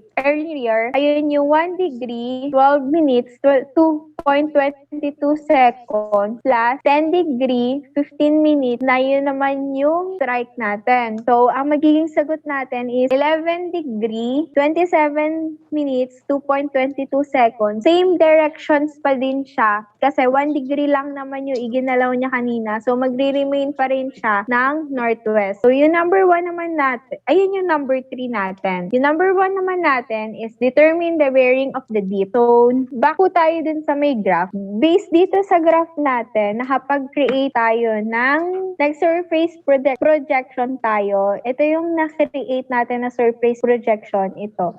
So, may nakapag-create tayo ng right triangle. Yun, nandito na right triangle. Yan yung na-create natin na right triangle. So, based doon, nakakuha tayo ng degree natin na 90. So, balik na tayo dun so, nakapag-create tayo ng 90. Tapos, meron naman tayong may given tayo na strike. So, ima-minus lang natin siya. 90 degree minus 10 degree, 15 minutes. So, ang magiging sagot natin is 79 degree, 45 minutes. Southwest naman siya kasi parehas lang yung BD at BDB. Parehas lang siya ng bearing kasi parang nag-reciprocate lang siya ganun. Pero magkaiba sila ng direction. Yung isa is 79 degree, 45 minutes, northeast. Yung isa naman is yung kabaligtaran nga, yung sagot natin ngayon is 79 degree, 45 west. Yun lang po. Yan po yung references namin. Diyan nyo po makikita yung mga nandun sa loob ng PPT namin. Yun lang po. Sige po. Bye-bye. Thank you po. Thank you. Salamat sa pakikinig.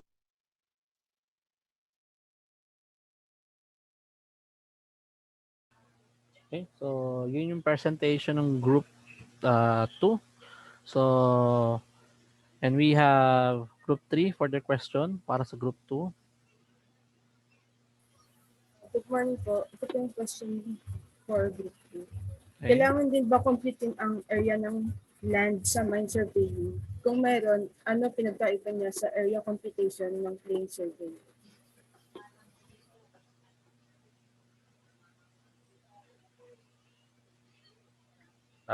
Good morning. So, yung area nung pagka sa mine surveying, siyempre kailangan din kumpitin yung area nung pinakang surface, yung sa ibabaw, para malaman natin kung ano yung boundaries, kung hanggang saan yung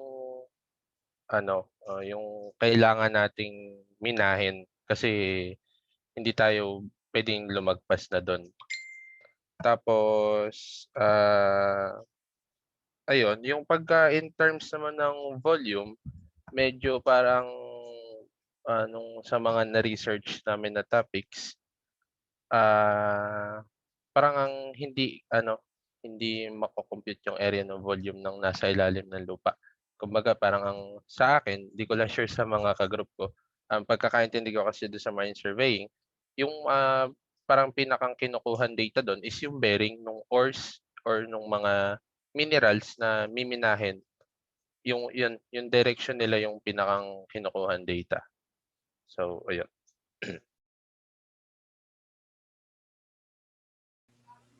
Okay, thank you Miss Galuyo and Mr. Galang.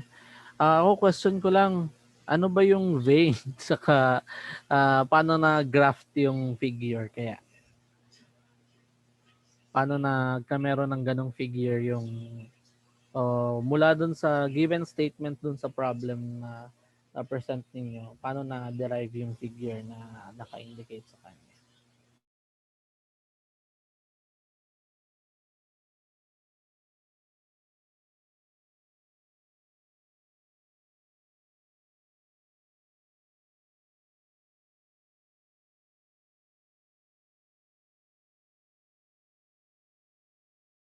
Sir, yung vein po, yun po yung relative thin na deposit ng minerals between po dun sa mga boundaries na nakolek.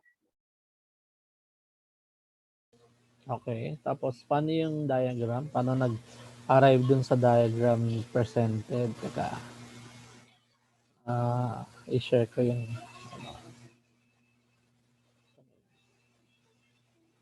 yan. Paano nag-arrive dito sa diagram na to?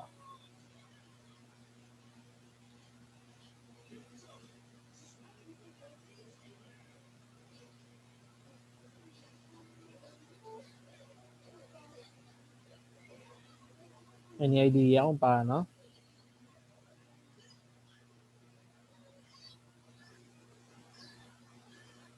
Nag-base lang po kami sir doon sa given and yung, sa diagram na naka-indicate do'n po sa book, yung Ah, kay Besavilla. okay. Pero ang much maganda, no? Okay, sige, thank you Mr. Galang. So ito yung given niya, no? So A vein is mismo ito yung ano natin, yung ah mine area na Mineral. kino-consider natin, 'di ba? Tapos may given siya na strike, tapos may given siya na deep.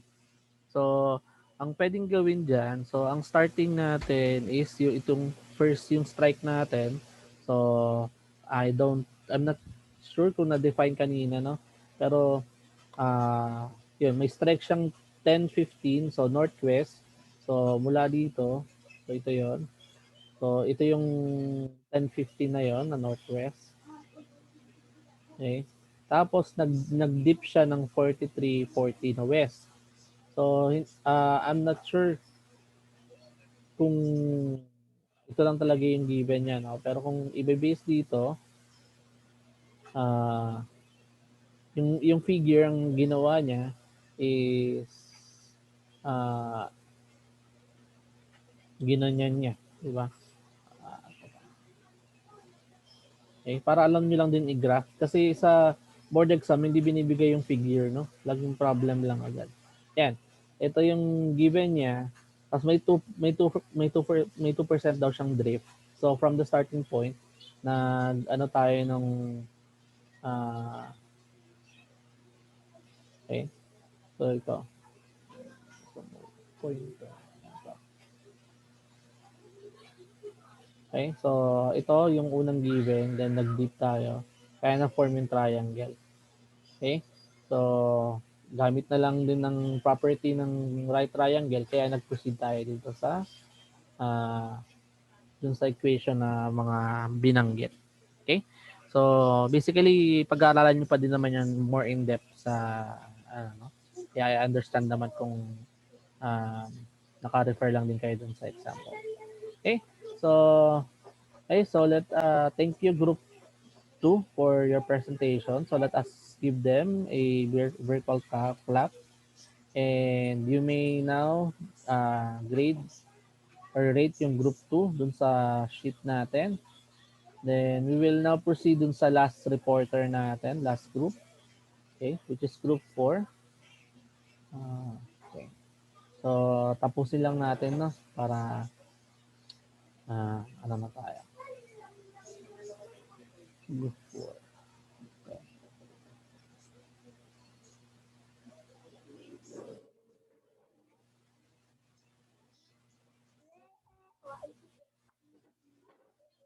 Okay. So kita na ba yung black screen ng group 4? Yes po, sir.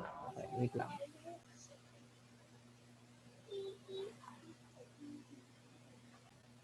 Okay, group 4 with the topic yung topic nila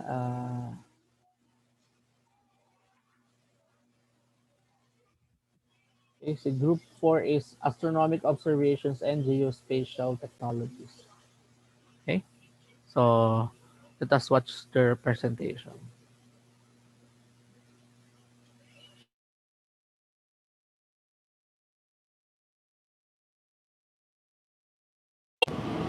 Hi everyone! First, let me introduce our group. I am Mr. Shami Sumagi, and I am with Mr. Renato Machos Lingayo, Mr. Antonio Manipol, and Mr. Kerr Andrew Villanueva. We are the group 4 and we are going to discuss about the astronomic observations and geospatial technologies.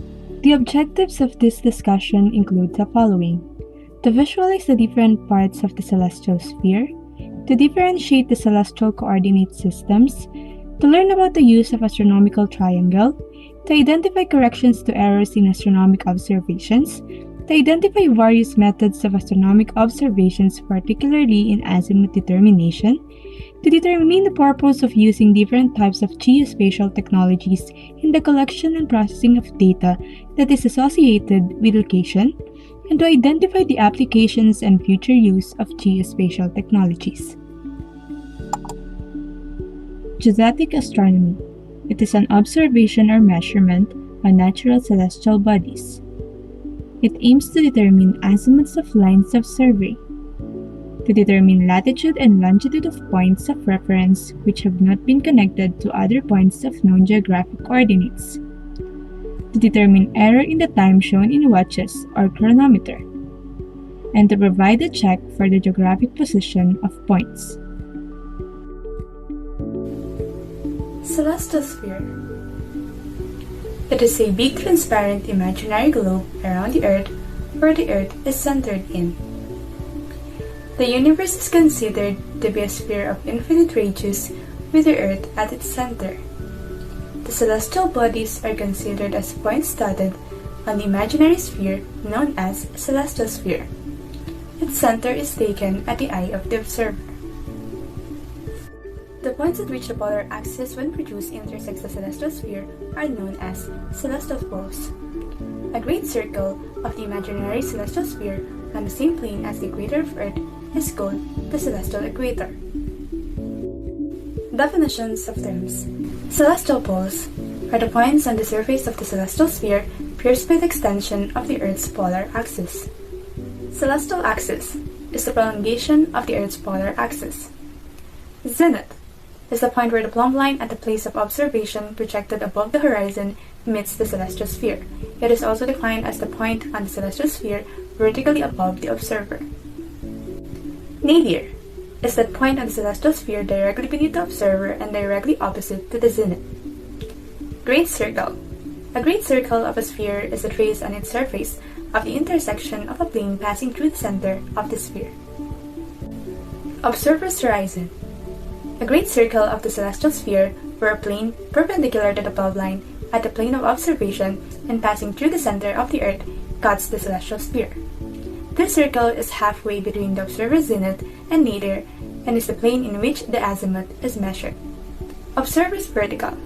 a vertical line at the location of the observer which coincides with the plumb line and is normal to the observer's horizon.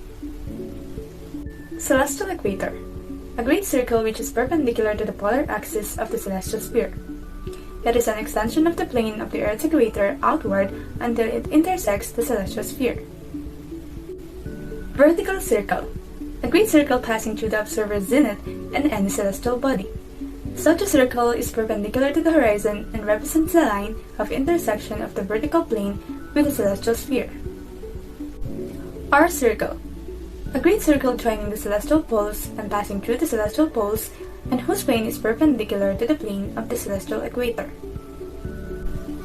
Meridian is the great circle of the celestial sphere which passes through the celestial poles and the observer's zenith. This circle is both a vertical and an R circle.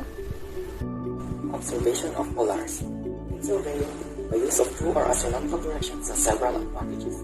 Astronomical directions are useful for correlating surveys, checking angles of traverse and triangulation lines, and in orienting important maps as well as radio and radar antenna. The Sun and Polaris, the North Star, are the most useful celestial bodies for observations made in the Northern Hemisphere. The Southern Hemisphere, the Southern Cross is commonly used since there is no bright star located near the South Pole. Since the Earth rotates around its axis from west to east, all celestial bodies appear to revolve around the Earth from east to west. Therefore, when one faces north, the stars revolve around the north celestial pole in a counterclockwise direction. Polaris is considered as a circumpolar star since it rotates very close to the celestial North Pole. The star of its important significance to engineers and surveyors since it's most commonly used to determine the true direction of lines on the Earth's surface. The disadvantage of taking sights on a circumpolar star is that it moves quite rapidly from west to east to west at culmination. There is a need to sight on the star at a very precise time. The appreciably large error in azimuth occurs when a small error is made on the correct time of culmination. Ephemeris. It is an astronomical almanac containing tables giving the computed positions of the Sun, the planets, and the various stars for every day of a given period.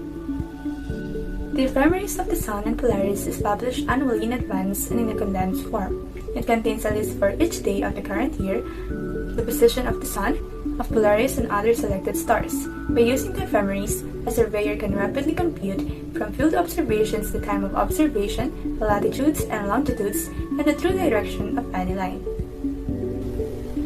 The Almanac for Geodetic Engineers is designed to provide geodetic engineers of the Philippines with necessary astronomical data using Philippine Standard Time.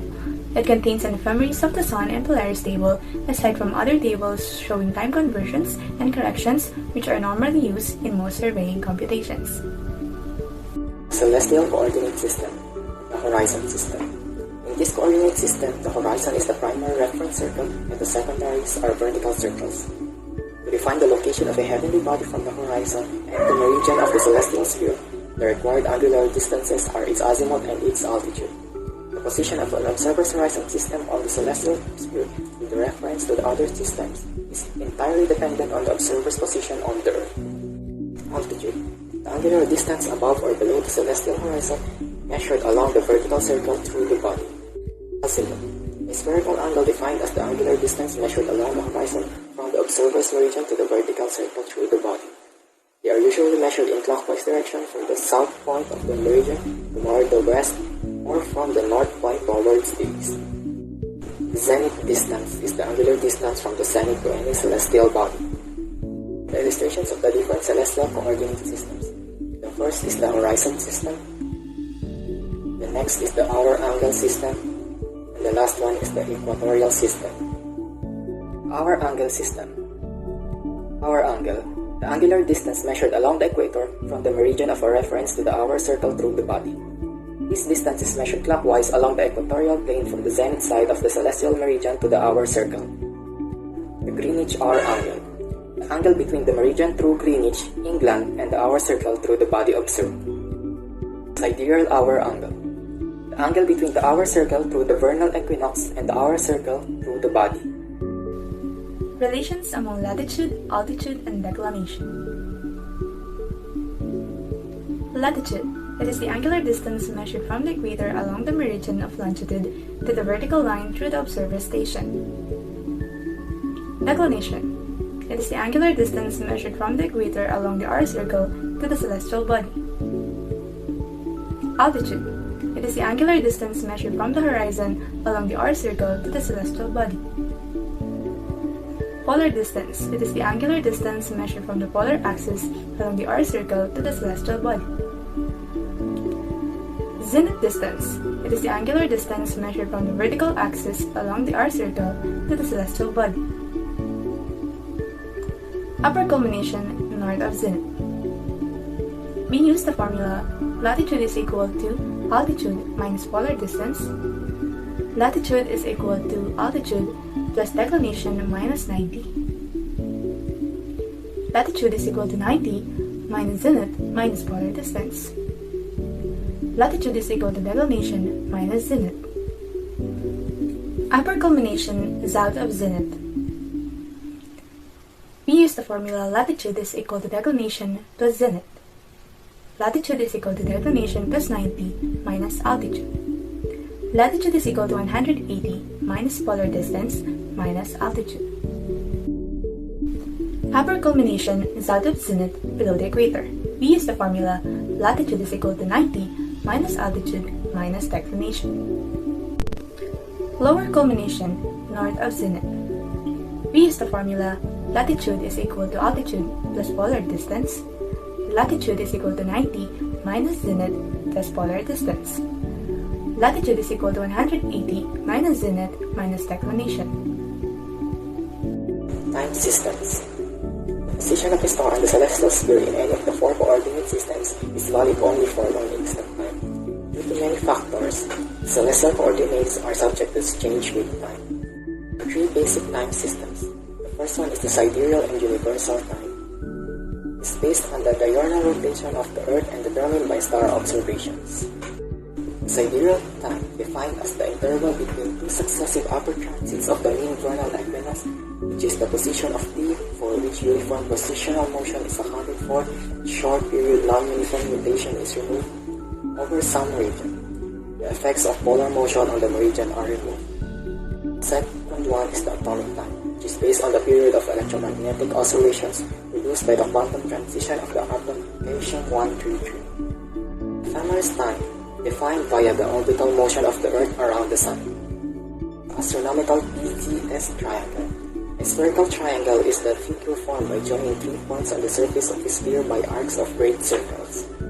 In the figure, the spherical triangle PCS is called the astronomical triangle, where point P is the north pole of the celestial sphere, point C is the observer's zenith, which is a point on the celestial sphere found by projecting center of the instrument at the time of observation upward along the direction opposite to that of gravity.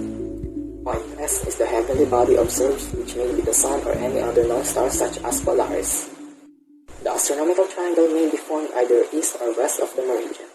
It is solved in connection with the determination of latitude, time, and true azimuth. The astronomical triangle consists of the following 3 sides and 3 angles. PS or P. The polar distance or pole declination is equal to 90 minus the declination of the observed heavenly body. Side PZ or 1, the whole latitude of Z, is equals to 90 minus the latitude of the observer. Side ZS or Z, the zenith distance of whole latitude of the observer's heavenly body, is equals to 90 minus the true altitude. Angle Z, the true azimuth of the heavenly body. Its value may exceed 90 degrees but will always be less than 180 degrees. Angle S. It is the parallactic angle. It is usually unnecessary to use the value of this angle. Angle T is known as the meridian angle. When any 3 parts of the astronomical triangle are known, the other 3 can be determined. All the sides and all the angles of astronomical triangle are measured in angular units, usually in degrees, minutes, and seconds. And no angle or side is greater than 180 degrees. Sample problem. During an instant of observation at latitude north 80 degrees 10.1 minutes, the sun's apparent declination and true altitude were recorded as 14 degrees and 10.5 minutes, and 32 degrees and 50.2 minutes respectively. Determine the length of the 3 sides of the astronomical PZS triangle. Side PS is going to be 90 degrees minus T, which will give us 90 degrees minus 14 degrees and 10.5 minutes, which is going to give us 75 degrees and 49.5 minutes. minutes. For side BZ, 90 degrees minus L, which will give us 90 degrees minus 18 degrees and 10.1 minutes, which will give us a result of 71 degrees and 49.9 minutes as the whole latitude of Z or Y. For side ZS, it's going to be 90 degrees minus H, which will give us 90 degrees minus 32 degrees and 50.2 minutes, which will give us a result of 57 degrees and 9.8 minutes as the zenith distance or Z. Corrections for refraction and parallax. The change of direction or bending of light is called refraction. Thus, rays of light coming from the sun or stars are bent downward by the Earth's atmosphere. It is for this reason that heavenly bodies appear to be higher than they actually are, and it's necessary to subtract the refraction correction from the observed vertical angles. The magnitude of the correction is dependent on the barometric pressure of the atmosphere and on the temperature, and also upon the altitude of the observed ray of light. The effect of refraction can be estimated for the measured altitude and the ground temperature. A much larger effect occurs at lower altitude rays than at higher altitude. Parallax, it is the difference in direction of a heavenly body as seen from the surface and from the center of the Earth. This is caused by the fact that observations are made on the Earth's surface and not on the Earth's center. Since the coordinate given in the ephemeris are referred to the Earth's center, the observed altitude of a heavenly body must be reduced to the Earth's center. In order to do this, parallax correction is applied to the observed altitude. Parallax correction is always added. No parallax correction is needed when stars are observed since they are infinitely distant from Earth. However, when an observation is made on a celestial body, which is a finite distance from Earth, such as the Sun or Moon, the observed altitude must be corrected for parallax. Corrections for parallax are very small in comparison with refraction corrections. Determining sun's azimuth. The relationship existing between two spherical coordinates is usually determined by solving the spherical triangle. It's formed by joining the pole, the observer's zenith, and the observed. This triangle is called BCS triangle and may be solved by using the following fundamental equations of spherical trigonometry. In surveying, astronomical triangle is solved in connection with the determination of the true azimuth. Observations are made on the sun and on some heavenly bodies such as the star. Then, the true azimuth of any line may be readily computed from the azimuth of the sun or any star and the measured horizontal angle between the observed body and the terrestrial mark. If the astronomical and spherical triangles are rotated and made into a coincide, the following results when the cosine law of spherical trigonometry is applied. Here are some additional equations that are used to get cosine Z. Alternative equations for determining angle Z. There are other different forms of equations giving solution of the PZS triangle for the azimuth angle Z. These equations are similarly derived from spherical trigonometry. Some of these forms are the following. Observation of Polaris at culmination. When Polaris is at its upper or lower culmination, the line of sight directed to it from any point on the Earth's surface will be in a meridian plane through the point. This occurs twice every 24 hours. A day is selected when Polaris is at the upper culmination during the early part of the evening or during night. The exact time of its upper culmination is obtained from tables. Observation on Polaris at elongation. When Polaris is directly above the pole, it is in the plane of the meridian and is said to be in its upper culmination. About 11.58 minutes later, it will be directly below the pole at its lower culmination. About halfway between these two positions, Polaris reaches its greatest east or west bearing and is said to be at its greatest elongation. When Polaris is at elongation, its bearing does not change, since it moves vertically at that instant. Therefore, the instant of elongation is the most favorable time for accurate observations of meridian. So next is the geospatial technologies. So what is a geospatial technologies? So geospatial technologies is a technology relating to the collection or processing of data that is associated with location. The phrase geospatial technology refers to a group of modern tools that aid in the geographic mapping and analysis of the Earth and human societies. Since the earliest maps were made in prehistoric times, these technologies have been evolving in some way. With a certain limit, satellites allowed images of the Earth's surface and human activities on it. Computers enables the storage and transfer of imagery as well as the development of digital software, maps, and data sets on socioeconomic and environmental phenomena, all of which are referred to as a geographic information system or GIS that we will discuss later on. So the next is the three common types of geospatial technology. Identification of geospatial data enables monitoring, tracing, measuring, assessment. Identification or modeling. The basic list of geospatial technologies encompasses remote sensing, GPS, and GIS. So first, let's start with remote sensing. So the different types of remote sensing as geospatial technologies enable us to study objects or surfaces at faraway distances, employing their reflecting properties.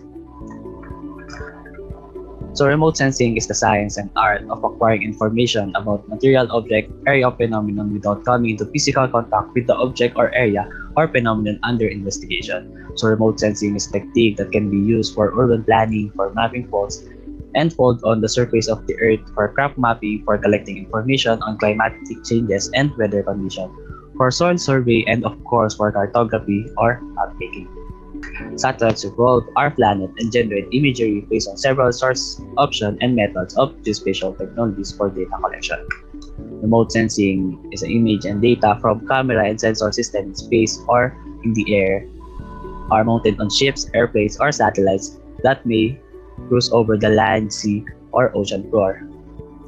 So electromagnetic waves or light or radio waves are used in most remote sensing technologies because they are rapid in interact with solid things in revealing ways and can easily flow through air and vacuum.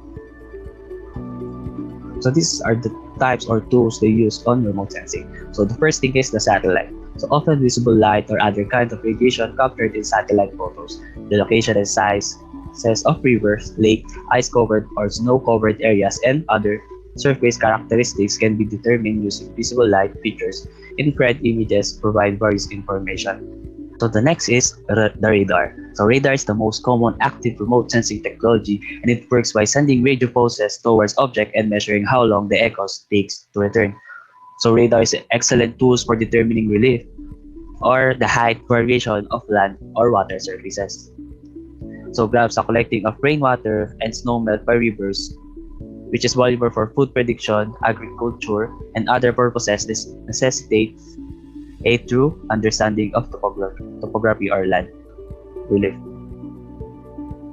So radio waves pass readily through the clouds and ice. So radar's abilities to see through the ice make it an ideal tool for measuring the thickness of the ice and snowfield. The last type or tools of remote sensing is the sonar. So another active remote sensing device that works similarly to radar but with sound wave instead of radio frequency. Because water absorbs electromagnetic waves, so this makes the sonar the only remote sensing technology that can explore the bulk of the world seas and the other deep waters. So sonar system mounted on the ship's hulls or in special torpedoes stowed behind the ships are what they call the sonar fish. So the majority of the world's water is 97% that's included in the seas can only be studied superficially using light or radar. So the next is the Global Positioning System, or in short, the GPS. So a system of 24 satellites, but they really only need 4 satellites need to be available to ensure an accurate location. The 4 satellites allows the precise measurement of the coordinates of any place on or near the Earth's surfaces. So the GPS satellites are uniformly spaced around the Earth with at least 4 visible at all times from any point on the planet. So they only need 4 satellites to ensure the accurate location. And as one satellite sinks below the horizon, another rises in its place. And they use 4 or old satellites for backup. So how does the GPS work? Well, each satellite continually transmits a signal that notes its position and the time the signal is set. When the GPS receiver receives the signal, it notes the time that it received. So it can calculate how long it took the signal to get from the satellite to the receiver. Next is the speed of signal is known to the receiver, so for the distance. So remember, is the velocity is equals to distance divided by time. Since the velocity and time are known, you solve for the distance. So distance is equals to velocity times time. So GPS is used for navigation, traffic routing, search and rescue, disaster response and investigation, air traffic control, environmental monitoring, tracking of endangered species, mapping of archaeological sites, farm planning, and tractor driving. Geographic Information System. GIS, one type of geospatial technology, merges spatial and non-spatial data. Remote sensing imagery, GPS data, points to elaborate a single complete system. It allows user to collect, group, and analyze required information in multiple layers including elevation, vegetation species, forest health, roads, water bodies, animal, and etc. It is a computer system that can be utilized for water planning and management as well as a scientific study. This technology combines advanced computer capabilities with a distinct visual perspective of traditional map. A set of georeference software tools for mapping and analyzing data assign a specific location on the surface of the Earth, otherwise known as geospatial data. A GIS ability to compile a variety of geographic data into a layered set of maps allows complicated teams to be examined and then communicate to a wider audience in a significant picture. The fact that every such data includes information about its precise location on the Earth's surface. Hence, the term geospatial allows for this layering. Why is geospatial technology important? The innovation helps to find answers to many questions arising in multiple industries and sectors. At the dawn of its development, the data access its application scale were limited. Nowadays, geospatial technology importance went far beyond cartographic or military needs. Geospatial technology allows tracking a questioned object and referring it to a specific location. This feature helps people to complete a scientific or non-scientific task, governmental and non-governmental, military and civil. The importance of geospatial technology is equally recognized by common people and giant corporations. It serves to fulfill both strategic and minor tasks like tracking atomic submarines or sharing one's location with a friend. Application of geospatial technology. Here are some type example of how geospatial technology is applied. Logistic, tracking goods and ensuring their quality. Transportation, identifying location and time of arrival, route making and navigation. Meteorology, preparing weather forecasts to particular territories. Forestry, detecting forest fire and deforestation and preventing large-scale wildfires. Agriculture, assessing vegetation state on a selected terrain. Healthcare, monitoring areas of epidemic outbreaks. Ecology, tracing species population in certain areas, preventing and addressing calamities. Marketing and advertising, targeting ads to relevant regions. Real estate, visualizing and analyzing real estate objects remotely. Insurance, managing risk in question areas. Future of geospatial technology. The technologies find new implementation and related research go further. They are affordable for a wide audience, and their practical use inspire a great spectrum of application in the future. Geospatial technologies enhance the performance of artificial intelligence and smart machinery in multiple spheres, and agriculture in particular. Remotely controlled equipment completes numerous tasks via GPS and digital dashboards. Robots and smart machinery in the field seems futuristic no longer, and it's not the limit. The development of geospatial technologies bring quiet and interesting correlation into the scene. New achievements in this branch means that corresponding upgrade of related industries, so the improvement process is not likely to stop, ensuring even greater precision, credibility, performance, quality, and security.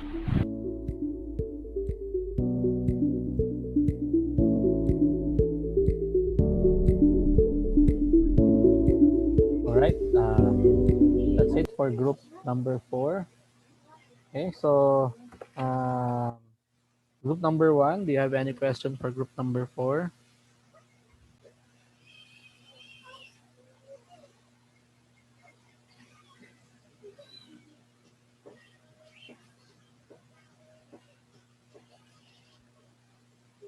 Good morning. Ay, good afternoon. Okay, good Yung tanong afternoon. ko for group 4 is, what are the most useful celestial bodies used for astronomic observations? Okay. As far as I can remember, the most useful celestial bodies used for astronomical observations would be different from the position of the hemisphere. If dun po sa northern hemisphere, we use the sun and also the Polaris. It is known as the North Star. And in the southern hemisphere, we have the Southern Cross, and yung Southern Cross na yun is also known as the Crux constellation. Binubuo siya ng five bright stars, which is the Acrox, the Mimosa, the Gacrox, the Imay, and the Ginan. And yun naman yung ginagamit sa southern hemisphere since there is no bright star located near the South Pole. So, kung mapapansin nyo, bakit importante yung star sa pag-determine kung bakit importante yung star sa astronomical observation, it is because it helps the engineers and the surveyors to determine the true direction of lines on the Earth's surface. And through that, kapag nakuha na nila yung true direction of lines, it will be useful for them for correlating surveys, for checking the angles of the traverse, and also the triangulation lines. Pero there would be an disadvantage of taking sites on a circumpolar star. Yung circumpolar star, yun din yung Polaris. So yan, sinasabi na circumpolar star ang Polaris since it rotates very close to the celestial North Pole. Ayan, meron siyang disadvantage because it moves quite rapidly from west to east to west at culmination. Yung culmination yung pag-reach ng meridian ng isang celestial body or nung star. And there is no need to sight on the star at a very precise time. And magkakaroon ng large error in azimuth. Yung azimuth naman yung pag-determine ng direction ng celestial body occurs when a small error is made on the correct time of culmination. Yung time, ginagamit natin siya dun sa pagkuha ng azimuth through the observation on the Polaris. Thank you. Okay, thank you, Ms. Carriazo, for the question and for answering, Ms. Sumage. So, siguro, side question lang ulit from me is para sa group 4 is in the most simplest term or simplest explanation, ano yung pinaka-purpose bakit kailangan pag-aralan ng astronomical survey? Kahit in Tagalog para mas madali siyang maintindihan. Bakit kailangan siyang pag-aralan?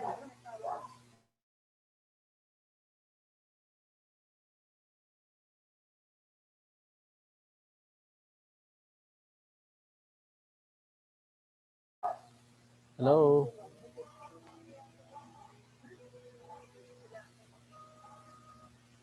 Hello po. Hello. Yes, Ms. Sumati.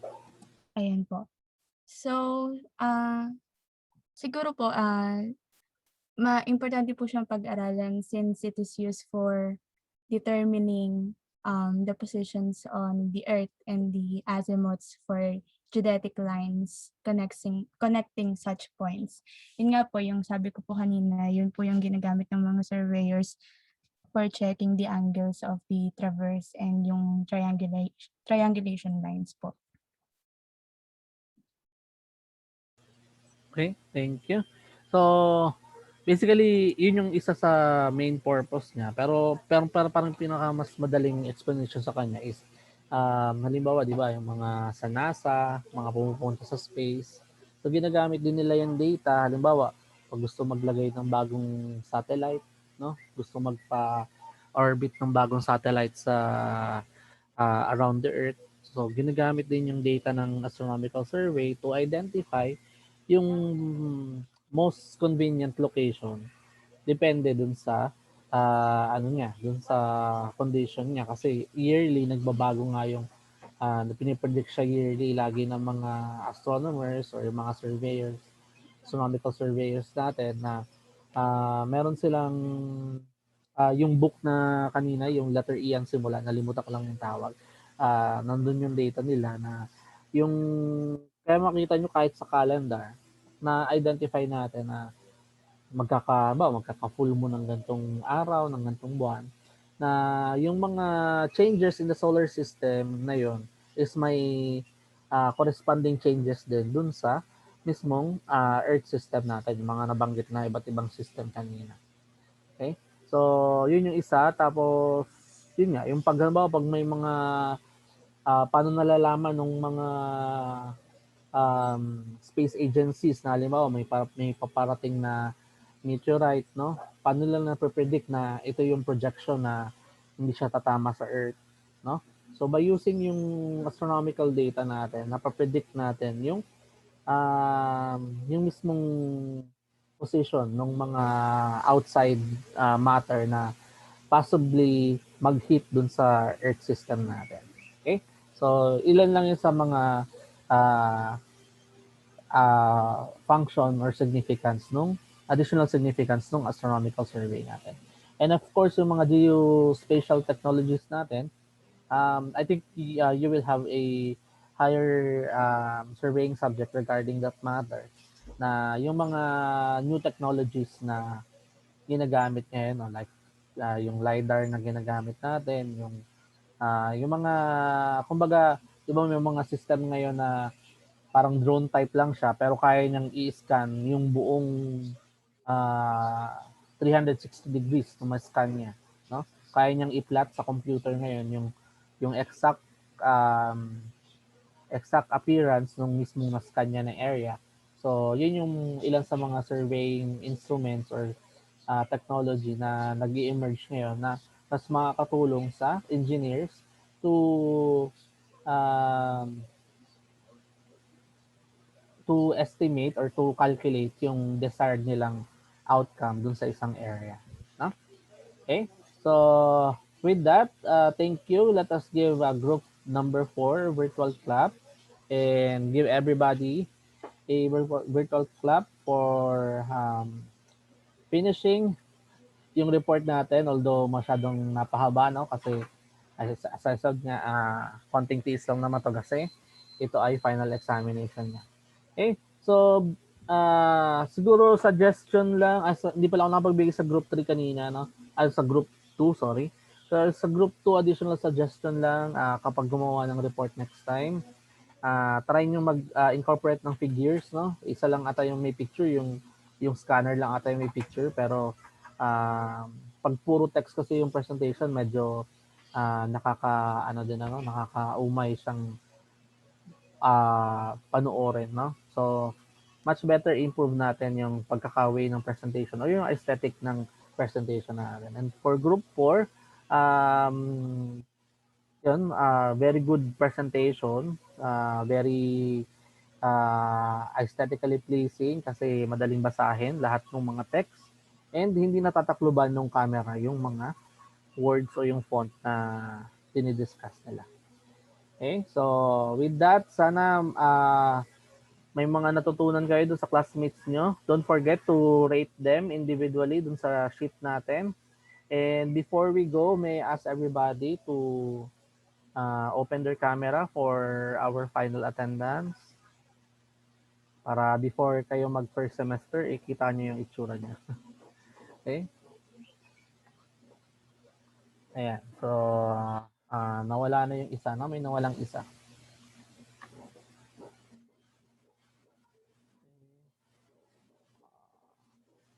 Si Mr. Fernando, Mr. Galang, you're still there. Okay, sinong nawala? Okay, hindi ko alam kung sinong nawala. Okay, so at the count of... Nawala po si Umali. Si Umali pa lang nawala. Okay? Sige, so si Mr. Fernando, nagla-lunch na? Hindi pa po, sir. Yan, hindi pa pa. Ayan, nagda-drive ata. Ayan. Okay, so at the count of 3 lang for documentation. Yan, tingin sa camera. 1, 2, 3, smile. Wait lang. Okay. Yan. Yan. So, thank you guys again for attending our class. So, again, this will be your final examination na. So, we will not have any more meeting. For your grade, I will be posting yung result ng report later this afternoon kapag nakuha ko na din yung kay Mr. Decal. And patapos ako nung last activity na inaantay yung activity 2 natin, no? Kasi kasama sa calculation ng grade. I'll be extending siguro hanggang Friday yung submission nun. So please finish yung activity 2. Then kung mas makompleto siya ng mas mabilis, pwede kong ma-post yung grade in advance para ma-consult niyo ako regarding sa grade na i-encode ko sa system. Okay? So, yun lang guys. So thank you so much for attending and it has been a pleasure to be your professor sa isang major subject nyo. So see you guys again when I see you. No? Okay? Thank you guys and stay safe. Thank you po, sir. Thank you, sir. Thank you.